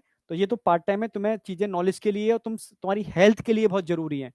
फिर तुम्हें इतनी अवेयरनेस हो जाएगी, तुम अगर कुछ भी खा रहे हो पी रहे हो, तुम्हें सब कुछ नजर आएगा, उसके मॉलिक्यूल्स, उसकी पीएच, उसकी पूरी रिएक्शन मैकेनिज्म, हर चीज, ठीक है, कैसे इनटेक करनी है, ठीक है। और एक्चुअल में मेन चीज पता है जो मैं समझ पाया, लोगों को अवेयरनेस नहीं है, ठीक है, मैं सच कह रहा हूँ, मैं उसमें अपने को भी इंक्लूड कर रहा हूँ, मुझे ही बहुत सारी चीजों की अवेयरनेस नहीं थी जब मैंने फेस की बहुत सारी चीजें, ठीक है। मतलब अपनी हेल्थ फेस की मैंने, ठीक है, फादर की हेल्थ फेस की, मदर की हेल्थ फेस की। फिर जब ये हेल्थ फेस की तो मेरा लोगों से इंटरेक्शन हुआ, ठीक है, तब मैंने बहुत सारे लोगों से डिस्कस किया, तब समझ में आ रहा है कि एक्चुअल में इस दौड़ती हुई भागती हुई जिंदगी के अंदर लोगों को पता ही नहीं है कि एक्चुअल में मतलब क्या क्या चीजें हैं, बिहाइंड क्या चल रहा है। तो वो जो बिहाइंड चीजें हैं ना, जो पॉइंट्स में भी लोगों को, मतलब पॉइंट्स के अंदर भी लोगों को नहीं पता, ठीक है, उसको मैं सामने लेके आना चाह रहा हूँ विद एविडेंस। एक्चुअल में ऐसे नहीं, कोई भी चीज आजकल क्या है, कोई भी चीज लोग क्या देखते हैं उठा करके वही चीज बोल करके वो अपना व्यू के लिए कुछ भी कर देते हैं। मतलब वो एक्चुअल में वो मेरा मेन कंसेप्ट होगा, मतलब एक्चुअल में तुम्हें समझना होगा कि मतलब वो चीज है क्या, कैसे काम करती है, और क्या चीज मतलब हम लोगों को अपनी लाइफ में पता होनी चाहिए। नहीं तो अगर सब चीजें, अगर आपको अवेयरनेस कुछ चीजों की आ जाए ना, तो आप नॉर्मल लाइफ जी करके भी हेल्दी रह सकते हो, सिंपल तरीके से, हर स्थिति परिस्थिति में, ठीक है। वो मैं डिस्कस करूंगा बाद में, आगे बढ़ रहा हूं मैं। बहुत important, very very very important, इसको मत भूलना भाई, सबस्ट्रेट कंसंट्रेशन, यस। मैंने आपसे कहा भी था भाई, एक मॉलिक्यूल से 4 ऑक्सीजन बाइंड कर सकती हैं, पर स्टार्टिंग में तो ऑक्सीजन बाइंडिंग जरूरी होती है, और तो कर्व एस शेप कर जाता है, और फिर एक बार 4 बाइंडिंग कर जाए उसके बाद कोई फर्क नहीं पड़ता। ऐसे ही सारा खेल यहां पर है, मैं ग्राफ भी बना रहा हूं और बिल्कुल एक्सपेरिमेंट करके भी बताऊंगा आपको।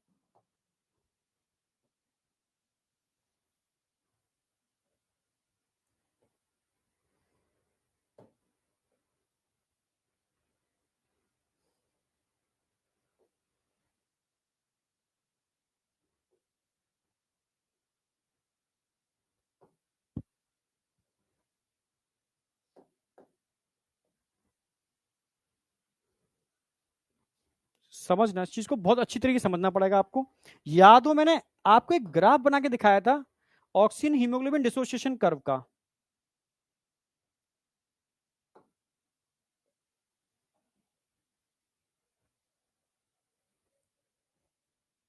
याद आया? थोड़ा सा और अच्छे से। हम्म,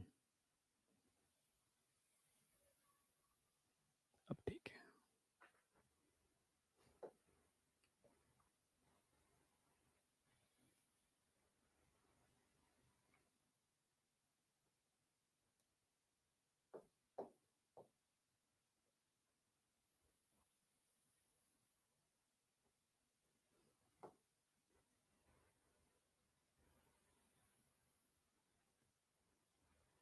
ठीक है, अब सही आ गया, लगभग एस शेप कर बनता है, याद आ गया होगा, ठीक है। इसके बाद ये स्टेबल हो जाएगा यहां से, और ये हो गया स्टेबल, स्टेबल।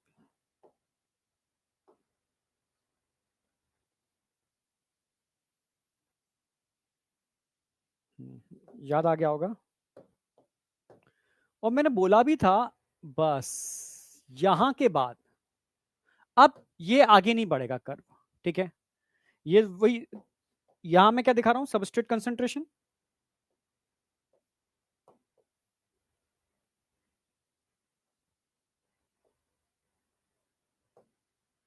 यहां क्या दिखा रहा हूं, एंजाइम एक्टिविटी।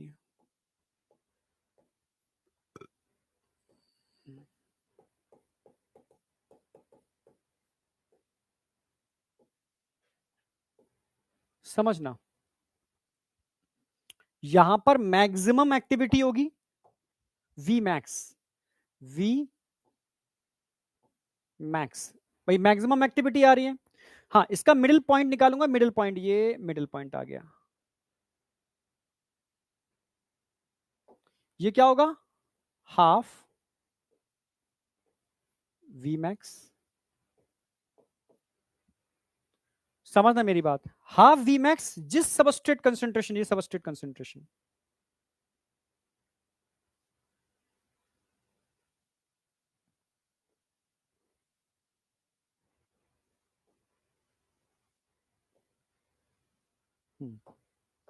इसको क्या बोलेंगे, के एम। के एम, के एम का मतलब होता है, के एम वैल्यू क्या होती है, it is the concentration of substrate at, ठीक है, हाफ, मतलब हाफ ऑफ वी मैक्स, सब कंसंट्रेशन ऑफ सबस्ट्रेट। आप क्या कर रहे हो यहाँ, सबस्ट्रेट कंसंट्रेशन बढ़ाते जा रहे हो, बढ़ाते जा रहे हो, बढ़ाते जा रहे हो, तो एंजाइम की एक्टिविटी बढ़ती जा रही है, बढ़ती जा रही है। और एक कंडीशन ऐसी आएगी जहां उसके बाद सबस्ट्रेट कंसंट्रेशन बढ़ा भी दोगे ना, तो वी मैक्स से ऊपर कहानी नहीं जाएगी, बिल्कुल एस शेप कर्व जो मैंने आपको बताया था, ठीक है, ऑक्सीजन हीमोग्लोबिन डिसोसिएशन कर्व में, सेम वही यहां पर आ रहा है, ठीक है। वहां पर मैंने आपको याद हो, आपको P50 वैल्यू बताई थी, P50 value, it is the concentration of oxygen at 50% haemoglobin is saturated, उसको P50 वैल्यू बोलते हैं। यहां करेंगे concentration of substrate at half of, at reaction so half of V max. समझ रहे हो ना मेरी बात, हाँ, ऑक्सीजन बाइंडिंग एफिनिटी।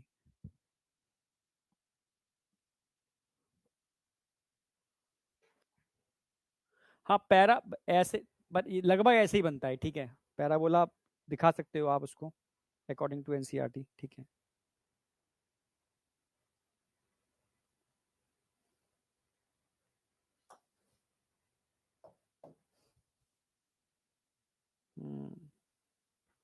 थोड़ा सा ऐसा आएगा ये ठीक है, कर देता हूँ मैं, अकॉर्डिंग टू एनसीईआरटी ही कर देता हूँ।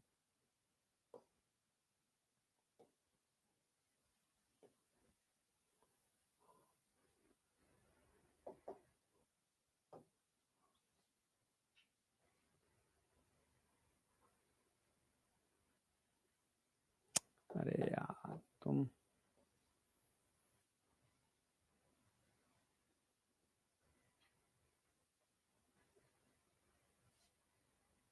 अच्छा ठीक है, ऐसे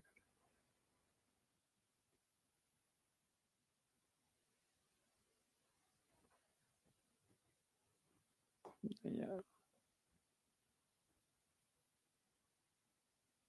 ठीक है।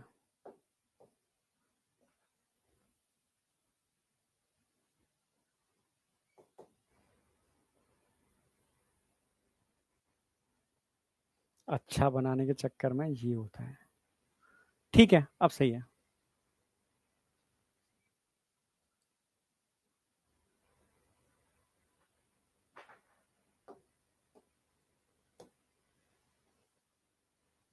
चलो उसको कर लेंगे थोड़ा सा आगे पीछे।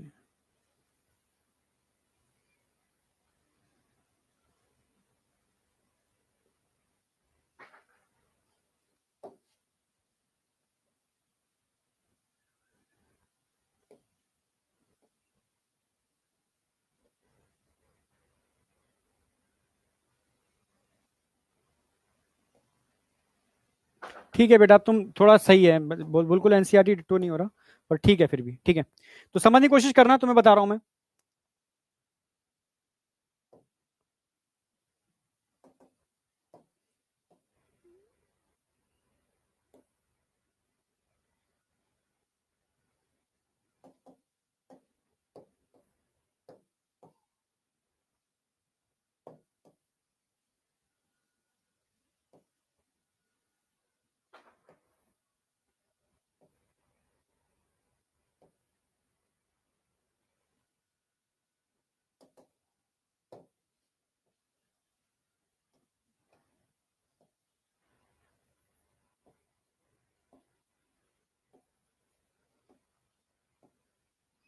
देखो, ये एक रिएक्शन मैकेनिज्म चल रही है,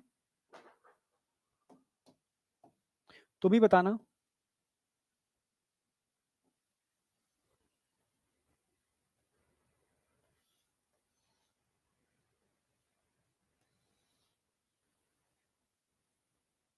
एक फनल है, और फनल में ढेर सारे मेरे पास क्या है यहाँ पर, सबस्ट्रेट,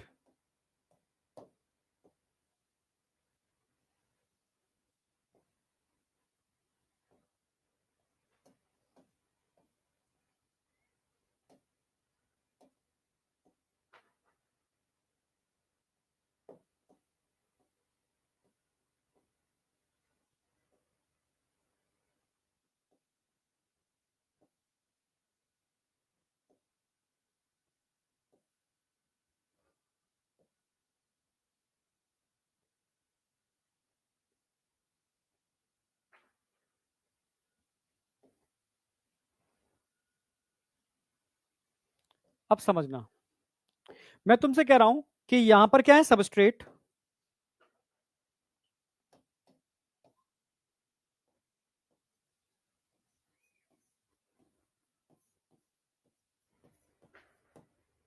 ये सब क्या है बेटा, एंजाइम।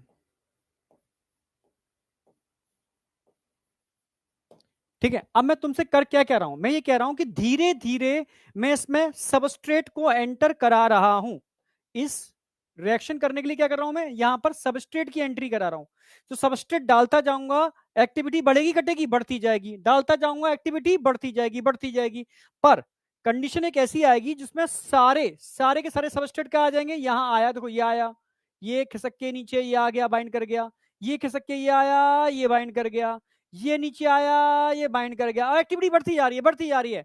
अब ये आया खिसक के, ये बाइंड कर गया। अब बताओ इसके बाद अगर सबस्ट्रेट नीचे आएगा और बाइंड करने की कोशिश करेगा, बाइंड कर पाएगा किसी से, बताओ? बाइंड कर पाएगा, नहीं कर पाएगा। ये भी आने के हमें डाल दिया, ये भी कोशिश कर रहा है बाइंड करने की, नहीं कर पा रहा है। ये भी नीचे आया, बाइंड करने की कोशिश कर रहा है, नहीं कर पा रहा है। ये भी नीचे आया, बाइंड करने की कोशिश कर रहा है, घूम रहा है, नहीं बाइंड नहीं कर पा रहा। यानी एक बार जब एंजाइम सैचुरेट हो जाएगा, एक बार एंजाइम जब सैचुरेट हो जाएगा, तो क्या क्या सबस्ट्रेट की कंसंट्रेशन का इस पर कोई इफेक्ट पड़ेगा? हाँ या ना, बोलो तो सही भाई। क्या मैं बता रहा हूं अभी, क्या है पहले ये बताओ, क्या सबस्ट्रेट की कंसंट्रेशन का इस पर कोई इफेक्ट पड़ेगा? हाँ या ना?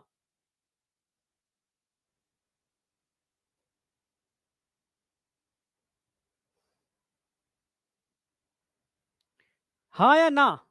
अगर मैं ये सबस्ट्रेट कंसंट्रेशन बढ़ाता जा रहा हूं, अरे यार, सबस्ट्रेट कंसंट्रेशन बढ़ाता जा रहा हूं, बढ़ाता जा रहा हूं, बढ़ाता जा रहा हूं, ठीक है। तो यहां क्या है, ये क्या है, ये क्या है, अगर मैं if increase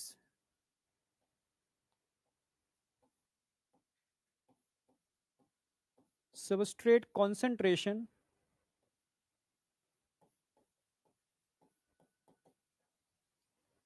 increase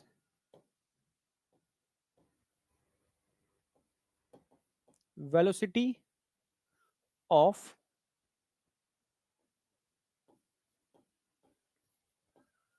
enzyme reaction, ठीक है, बढ़ती जा रही है, देखो बढ़ती जा रही है, बढ़ती जा रही है, बढ़ती जा रही है, बढ़ती जा रही है, बढ़ रही है ना? ठीक है, अब कंडीशन लिख रहा हूं, यहां तक कोई डाउट है? वेलोसिटी बढ़ती जा रही है, बढ़ती जा रही है ना? अगर मैं तुमसे कहूं आफ्टर 100% सेचुरेशन, समझना,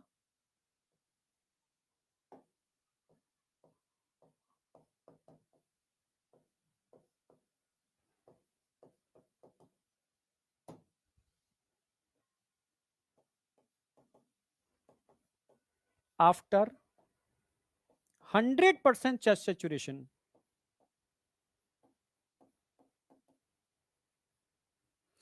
जब 100% सेचुरेशन हो जाएगा, ठीक है, if increase substrate concentration, if increase substrate concentration,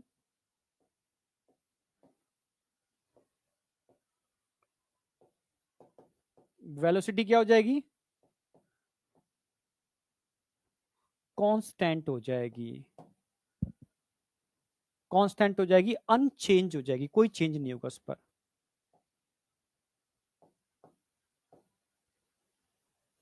क्यों? क्योंकि 100% सेचुरेशन हो चुका है, 100% सेचुरेशन हो चुका है। उसके बाद सबस्ट्रेट बाइंड ही नहीं कर पाएगा एंजाइम के साथ। आप समझ पा रहे हो मेरी बात? उसके बाद ये सबस्ट्रेट एंजाइम के साथ बाइंड ही नहीं कर पाएगा।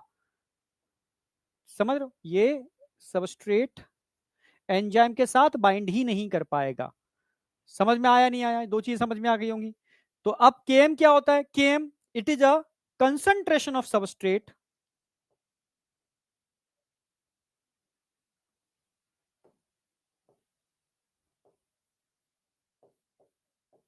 concentration of substrate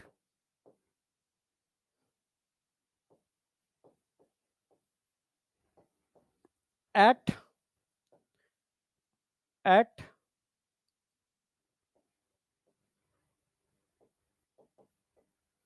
velocity of reaction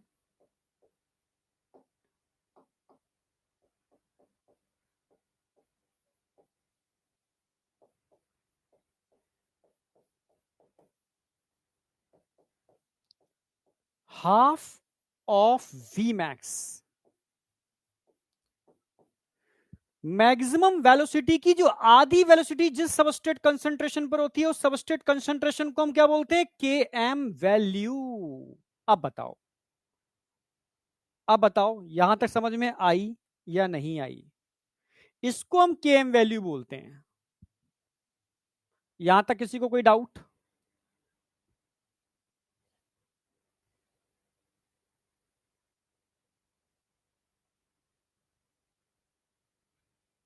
दारू वाला बताऊंगा कैसे? देखो कौन है ये? अजीत कुमार। बेटा दारू वाला बताऊंगा, अभी रुक जाओ, उसी पर आ रहा हूं मैं, ठीक है?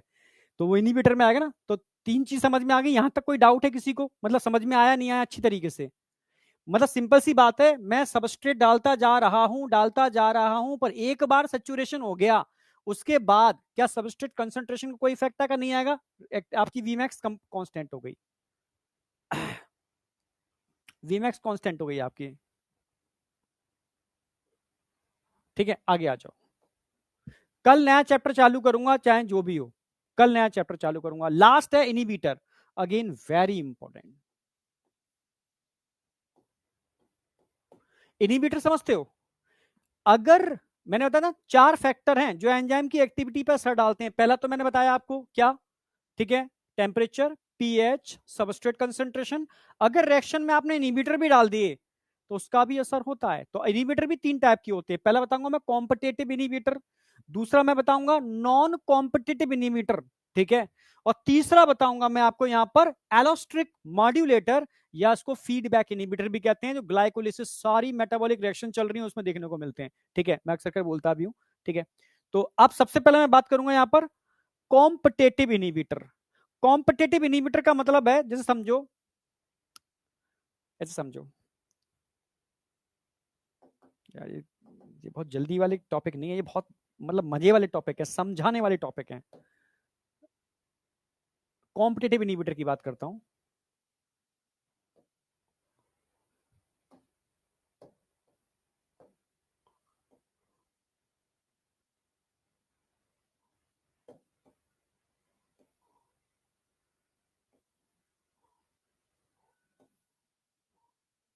ये एंजाइम है। एंजाइम की यहां पर एक ही एक्टिव साइट्स होती है। एंजाइम की एक्टिव साइट ज्यादा नहीं होती, सिंगल एक्टिव साइट्स होती है।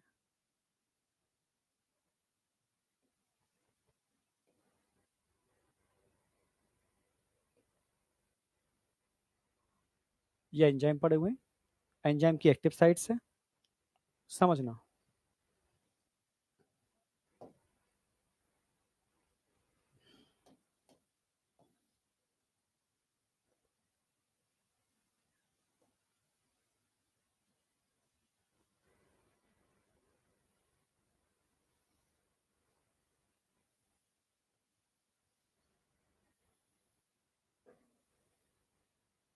फनल है।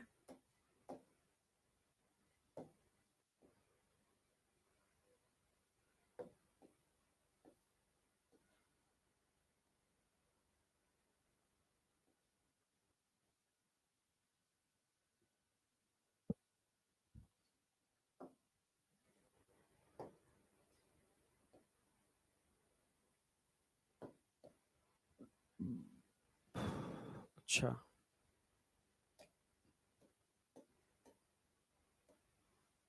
ठीक है, अब समझो मेरी बात। अब यहां पर क्या है, दो तो सबस्ट्रेट हैं, ये सबस्ट्रेट है, ये भी सबस्ट्रेट है, ये इनहिबिटर है, ये इनहिबिटर है, समझना। दो इनहिबिटर पड़े हुए हैं, दो सबस्ट्रेट पड़े हुए हैं, ठीक है? एंजाइम में इतने सारे ना दिखाऊं, इनको भी मैं कर क्या करूं, बाहर निकालो। अरे समझना, ये एक एंजाइम है, ये एक एंजाइम है। अगर मैं एक और दिखा दूं,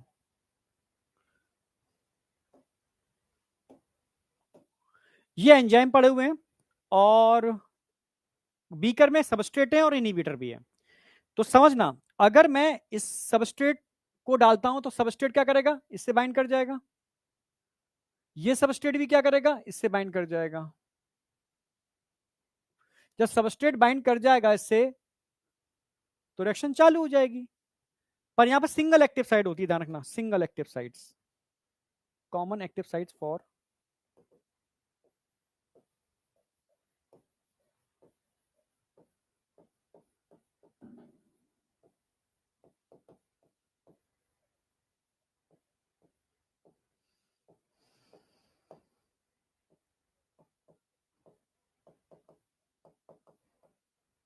substrate and inhibitor, common active sites होती है, ठीक है। अगर सबस्ट्रेट से बाइंड किया, ये ऐसे समझो,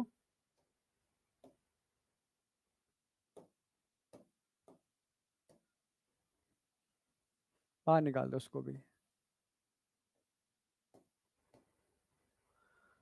अगर मैं इनिबिटर डाल दूं तो इनिबिटर क्या करेगा, बाइंड नहीं कर जाएगा इससे, ये इनिबिटर भी बाइंड कर जाएगा इससे, ये बाइंड कर गया। अगर इनिबिटर इन एंजाइम से बाइंड कर जाएगा तो इसकी रिएक्शन आगे होगी नहीं, स्टॉप हो जाएगी रिएक्शन। और मैं चाहता हूं कि रिएक्शन हो, समझना मेरी बात, रिएक्शन होनी चाहिए। तो रिएक्शन तभी होगी जब मैं साथ में कॉम्पिटिटिव, का मतलब क्या होता है, कॉम्पिटिटिव का मतलब है यहां ये देखा जाएगा किसका नंबर ज्यादा है, जिसका नंबर ज्यादा होगा वो इस एंजाइम से बाइंड करेगा, ठीक है। इस एंजाइम से वही बाइंड करेगा जिसका नंबर ज्यादा होगा। या मैं एक एंजाइम, सिंगल एंजाइम दिखा देता हूं, उसको भी बाहर ही निकालो, ठीक है। मैं समझाना चाह रहा हूं आपको बहुत अच्छी तरीके से, कोशिश कर रहा हूं।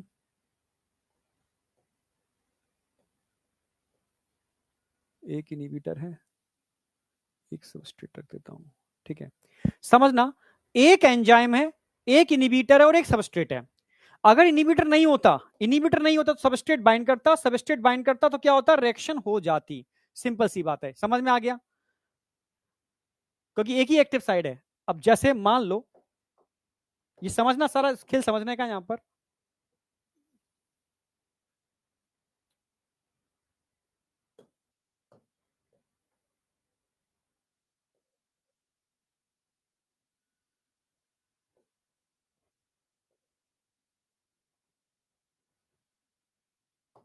सेम वही है, ये सबस्ट्रेट कंसंट्रेशन है, ये एंजाइम एक्टिविटी है,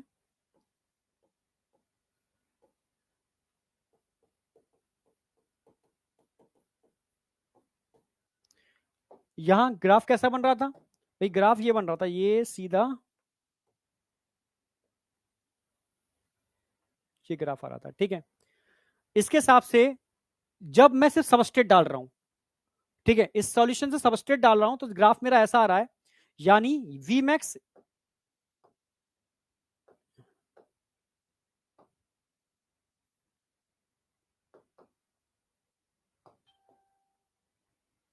ये मुझे वी मैक्स मिल गया यहां पर, ये वो सबस्ट्रेट कंसंट्रेशन मिल गई जिस पर वी मैक्स आ रहा है, इसमें तो कोई डाउट है नहीं आपको।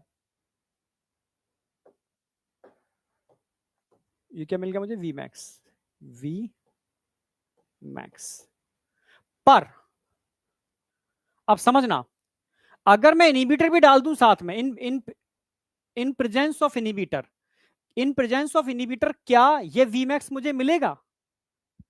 अगर मैं इसके अंदर इनिबिटर भी डाल दूं, ठीक है, तो क्या ये वी मैक्स मुझे मिलेगा? और मुझे यही वी मैक्स चाहिए अगर, तो क्या करना होगा, समझना, क्योंकि ये कॉम्पिटिटिव इनिबिटर है, ये हमेशा सबस्ट्रेट के संग कॉम्पिटिशन करता है, या सबस्ट्रेट इनिबिटर के संग कॉम्पिटिशन करता है, क्योंकि दोनों का एक्टिव बाइंडिंग साइड एक ही है।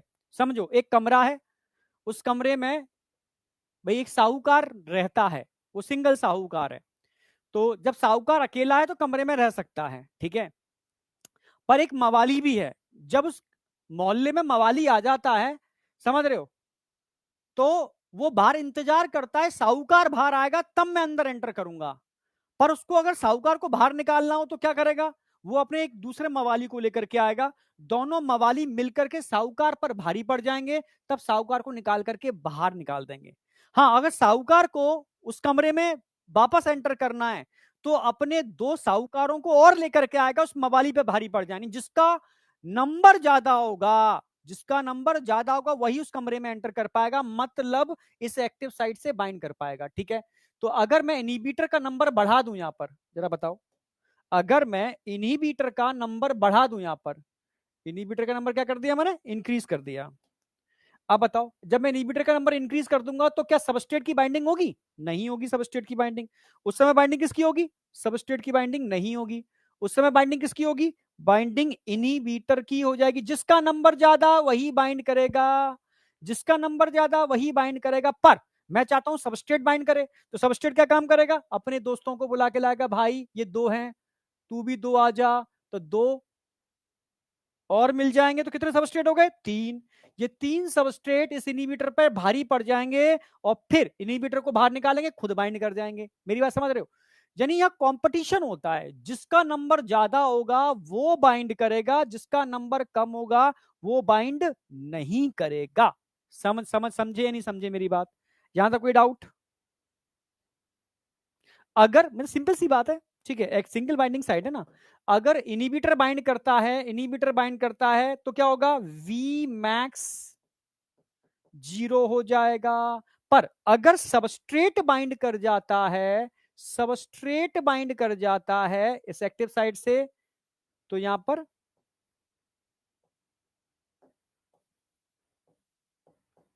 वी मैक्स आपको मिल जाएगा। सिंपल सी बात है। हाँ, सबस्ट्रेट बाइंड करेगा तो प्रोडक्ट बनेगा ना, सबस्ट्रेट बाइंड करेगा तो प्रोडक्ट बनेगा, और प्रोडक्ट बनेगा तो यहाँ वीमैक्स आपको मिल जाएगा। सिंपल सी बात है। हाँ, इनहिबिटर बाइंड करेगा तो वीमैक्स 0, क्योंकि प्रोडक्ट तो बनेगा नहीं। सिंपल सी बात है। और बाइंड वो करेगा जिसका नंबर ज्यादा होगा, क्योंकि कॉम्पिटेटिव इनहिबिटर है। तभी तो मैंने कहा, जैसे आप किसी ने मिथनॉल पी ली, मिथनॉल पी ली और मिथनॉल पी के झूम रहा है, बस तुम क्या करो, फटाफट प्योर इथेनॉल लेकर के आओ कहीं से। ठीक है, प्योर इथेनॉल पिला दो उसको, डबल मिथनॉल का डबल, तो कॉम्पिटेटिव इनहिबिटर है मिथनॉल इथेनॉल। ठीक है, तो मिथनॉल को इथेनॉल निकालेगा, खुद बाइंड कर जाएगा, सही हो जाएगा और झूमना चालू कर देगा। पर करना मत ऐसे, ठीक है, समझ रहे हो? किसी को मिथनॉल पीने मत देना। ठीक है, पर एक तरीका है बचाने का, अगर कोई मिथनॉल पॉइजनिंग कहीं दिख रही है तो प्योर इथेनॉल पिला दो उसको। ठीक है, प्योर इथाइल एल्कोहल पिला दो, बच जाएगा। समझे? तो बताओ वीमैक्स यहां पर मिलेगी नहीं मिलेगी? यस, वीमैक्स ये रही, ये इसकी वीमैक्स आ गई।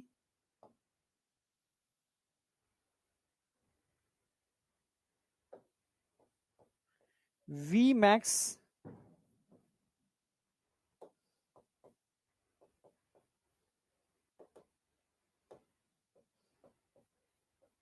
इन एब्सेंस ऑफ इनहिबिटर। पर अगर इनहिबिटर भी तुम डाल रहे हो और वीमैक्स चाहते हो तो क्या करना होगा? नंबर ऑफ सबस्ट्रेट बढ़ाने पड़ेंगे। अगर सबस्ट्रेट बढ़ा दोगे, सबस्ट्रेट का नंबर बढ़ा दोगे तो वीमैक्स तुम्हें मिल जाएगा, पर सबस्ट्रेट की कंसंट्रेशन बढ़ानी पड़ेगी। यानी सबस्ट्रेट इनहिबिटर की प्रेजेंस में, इन absence of inhibitor, substrate concentration बढ़ानी पड़ेगी, वीमैक्स तुम्हें मिल जाएगा, पर सबस्ट्रेट कंसंट्रेशन क्या करनी होगी? बढ़ानी पड़ेगी। सबस्ट्रेट कंसंट्रेशन क्या करनी होगी? बढ़ानी पड़ेगी। अगर तुम सबस्ट्रेट कंसंट्रेशन बढ़ा दो इन प्रेजेंस ऑफ इनहिबिटर, इनहिबिटर की प्रेजेंस में सबस्ट्रेट कंसंट्रेशन बढ़ा दो तो वीमैक्स आपको मिल जाएगा। वीमैक्स, वीमैक्स, तो यहां पर आएगा वीमैक्स आपका, समझना, VMAX in presence of inhibitor, in presence of inhibitor. Inhibitor की प्रेजेंस में आपको वीमैक्स मिल गया, यानी अगर कॉम्पिटिटिव इनहिबिटर के केस में वीमैक्स तो आपको मिल जाएगा, पर सबस्ट्रेट कंसंट्रेशन आपको बढ़ानी पड़ेगी। उसमें केएम वैल्यू क्या होगी जरा बताओ? बढ़ेगी घटेगी? केएम वैल्यू बढ़ेगी या घटेगी? केएम वैल्यू बढ़ जाएगी, बस ये ध्यान रखना, केएम वैल्यू बढ़ेगी। तो ये दो बातें ध्यान रखनी, डायरेक्ट क्वेश्चन मिलेगा आपको। कॉम्पिटिटिव इनहिबिटर के केस में वीमैक्स तो आपको कांस्टेंट ही रहेगा, वीमैक्स में कोई चेंज नहीं आएगा। डायरेक्ट क्वेश्चन आपको इस लाइन में मिलेगा, वीमैक्स वी मैक्स कांस्टेंट रहेगा, पर केएम वैल्यू क्या हो जाएगी, बढ़ जाएगी। कॉम्पिटिटिव इनहिबिटर के केस में वी मैक्स कांस्टेंट रहेगा पर केएम वैल्यू बढ़ जाएगी, केएम वैल्यू बढ़ जाएगी। मेरी बात समझे नहीं समझे? यानी अगर इस बीकर के अंदर एंजाइम पड़ा हुआ है, आप खाली सबस्ट्रेट डालोगे तो वीमैक्स मिल जाएगा, प्रोडक्ट कन्वर्ट हो जाएगा। पर आपने इनहिबिटर डाल दिया तो आपको वीमैक्स लाने के लिए इनहिबिटर से ज्यादा सबस्ट्रेट डालने पड़ेंगे तो आपको वीमैक्स मिलेगा। वीमैक्स उतना ही मिल जाएगा आपको, पर सबस्ट्रेट कंसंट्रेशन पहले वीमैक्स यहां रही थी, अब यहां पर आएगी। तो सबस्ट्रेट कंसंट्रेशन बढ़ा दिया आपने, वीमैक्स मिल गया, तो केएम वैल्यू पहले यहां आ रही थी, अब केएम वैल्यू कहां आएगी, यहां पर आएगी। समझे मेरी बात? तो केएम वैल्यू आपकी, अच्छा वी मैक्स मैंने लिख दिया यहां पर, ठीक है।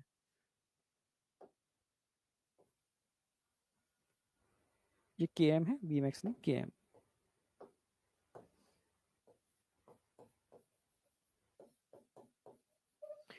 ठीक है, केएम ध्यान रखना, increase in presence of inhibitor KM बढ़ जाएगा, in absence of inhibitor KM कम हो जाएगा। ठीक है, तो KM increase in presence of inhibitor,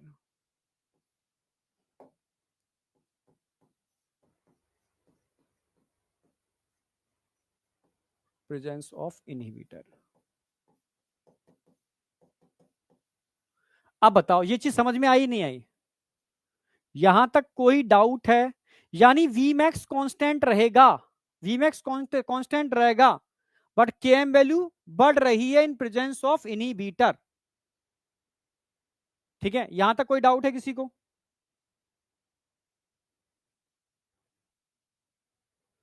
चलो एग्जाम्पल मैं बता देता हूं उसके, मिथेनॉल पॉइजनिंग अच्छा एग्जाम्पल है।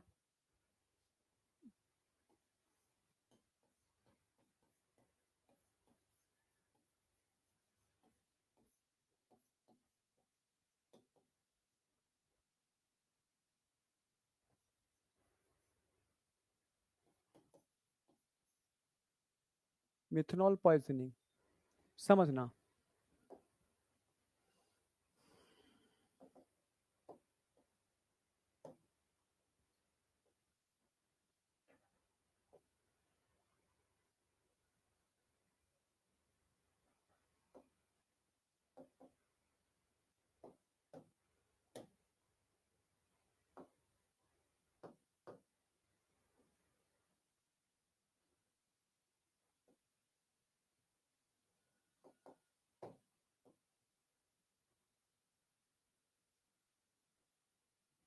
देखो हम बात कर रहे हैं मेथनॉल पॉइजनिंग की। ठीक है, डायग्राम ड्रॉ कर लो। ठीक है,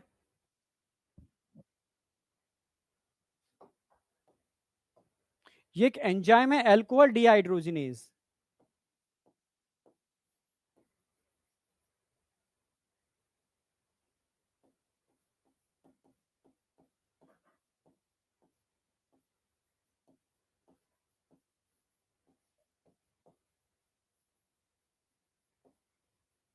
कहां पर होता है, लिवर के अंदर। अगर मैं आपको मिथेनॉल पिलाता हूं, मिथेनॉल,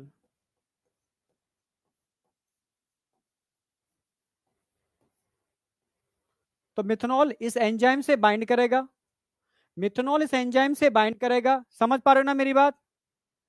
हाँ, मिथेनॉल एंजाइम से बाइंड करेगा तो क्या बन जाएगा, फॉर्मिल्डिहाइड।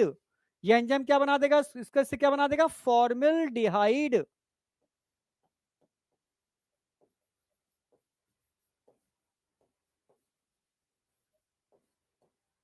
ठीक है, इट इज अ टॉक्सिक, ये टॉक्सिक होता है। पर अगर आपने मिथेनॉल से ज्यादा क्या डाल दिया इसके अंदर, इथेनॉल, इथाइल एल्कोहल, भाई एक बोतल किसी ने मिथेनॉल पी लिया तो दो बोतल क्या पिला दो उसको, इथाइल एल्कोहल, तो क्या बन जाएगा, एसीटेल्डिहाइड। ठीक है, आपने इथेनॉल पिला दिया उसको डबल इथाइल एल्कोहल।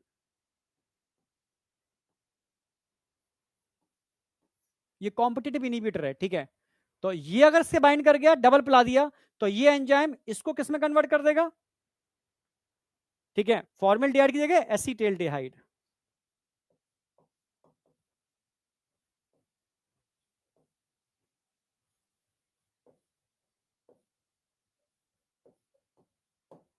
मेरी बात समझ में आई नहीं आई? हाँ, एसिटाल्डिहाइड का फॉर्मेशन हो जाएगा।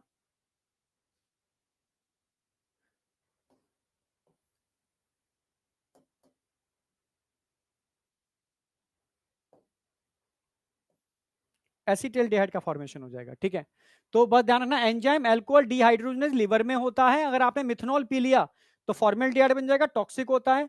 तो यहां पर ये दोनों एक दूसरे के क्या, कॉम्पिटिटिव इनिबिटर। ये क्या है बेटा, आपस में दूसरे के कॉम्पिटिटिव इनिबिटर। ये एंजाइम से बाइंड करेगा। अगर इसका अमाउंट बढ़ा दोगे, इथेनॉल का अमाउंट अगर आपने बढ़ा दिया मिथनॉल से, तो इसको बाहर निकालेगा, खुद बैठ जाएगा और एसिटाल्डिहाइड बनना चालू हो जाएगा। क्योंकि आपस में कंपटीशन चल रहा है। एक सिंगल एक्टिव साइड होती है, single active side for both.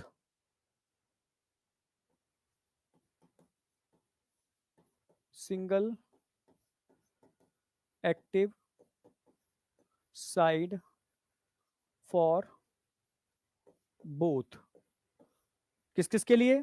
Substrate के लिए भी, सबस्ट्रेट एंड इनहिबिटर। जिसका नंबर ज्यादा होगा, जो कंपटीशन में जीतेगा, वो यहां पर बाइंड कर जाएगा। अच्छा, टाइम हो गया, ठीक है। यहां तक समझ में आया नहीं आया?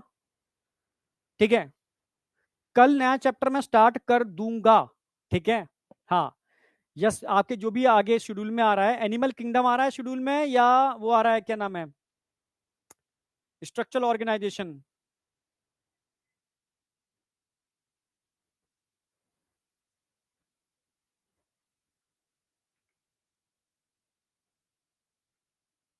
ठीक है, आज तय रखूंगा, टाइम हो रहा है, ठीक है। एनिमल किंगडम, तो कल से एनिमल किंगडम स्टार्ट हो जाएगा, yes. Basis of classification start कर दूंगा, पर चैप्टर कल ही एंड होगा। हाँ, क्योंकि ये थोड़ा समझने वाले टॉपिक हैं। कल इसके मैं बहुत सारे एग्जांपल बताना चाह रहा हूँ। जैसे मतलब मेरी रिपोर्ट में निकला था, ठीक है, मेरी गट में कुछ ऐसे बैक्टीरिया हैं जो, यस, हाँ, कह सकते हो फॉलिक एसिड बहुत ज्यादा बना रहे हैं, तो फॉलिक एसिड कंसंट्रेशन बहुत ज्यादा मिला है। तो उन बैक्टीरिया को मारने के लिए मुझे कुछ दूसरे बैक्टीरिया अंदर भेजने पड़ रहे हैं, ठीक है। कॉम्पिटिटिव इनिबिशन होगा। तो इसके लिए सल्फर ड्रग कैसे मैकेनिज्म करती है, वो कल समझाना चाह रहा हूं मैं आपको, ठीक है। यस, क्रैप साइकिल का भी एग्जांपल देना चाह रहा हूं। मतलब बहुत अच्छी तरीके से ये चीज बहुत समझने वाली है, तो कोई जल्दीबाजी नहीं कर रहे हैं। कल नया चैप्टर मैं चालू कर दूंगा, इसमें छोटा सा क्लासिफिकेशन है, ठीक है, और एक एपो एंजाइम को एंजाइम कंसेप्ट है, वो मैं कल समझा दूंगा आपको, और नया चैप्टर स्टार्ट करूंगा। तो आज मैं इतना ही रखूंगा। जितना मैंने करा दिया है इसको अच्छे से रिवाइज कर लेना, ठीक है। तो मेथनॉल पॉइजनिंग मैंने करा दी है, रिमेनिंग वाला पार्ट मैं कल कराने वाला हूं, ठीक है। यस, ये सारा पार्ट कल होगा, और कल नया चैप्टर मैं स्टार्ट कर दूंगा। तो एक काम करेंगे, नए चैप्टर का हेडिंग नहीं डालूंगा, हेडिंग तो मैं इसी का डालूंगा, क्योंकि नए चैप्टर का अमाउंट कम होगा, इसका अमाउंट ज्यादा होगा, मतलब थोड़ा ज्यादा है। तो कल मतलब चैप्टर स्टार्ट हो जाएगा, पहला लेक्चर चैप्टर का परसों आएगा, ठीक है। तो सेव कर देते हैं। तो मिलते हैं बेटा, ठीक है, नेक्स्ट क्लास में, यानी कल सेम वही 1:15 बजे, ठीक है, 1:15 पर इस चैप्टर को बढ़िया तरीके से एंड करते हैं, और नया चैप्टर मैं चालू करता हूं, एनिमल किंगडम। ओके, ओके, अब थोड़ा रिलैक्स कर लो, ठीक है। बाय बेटा, बाय बाय बाय।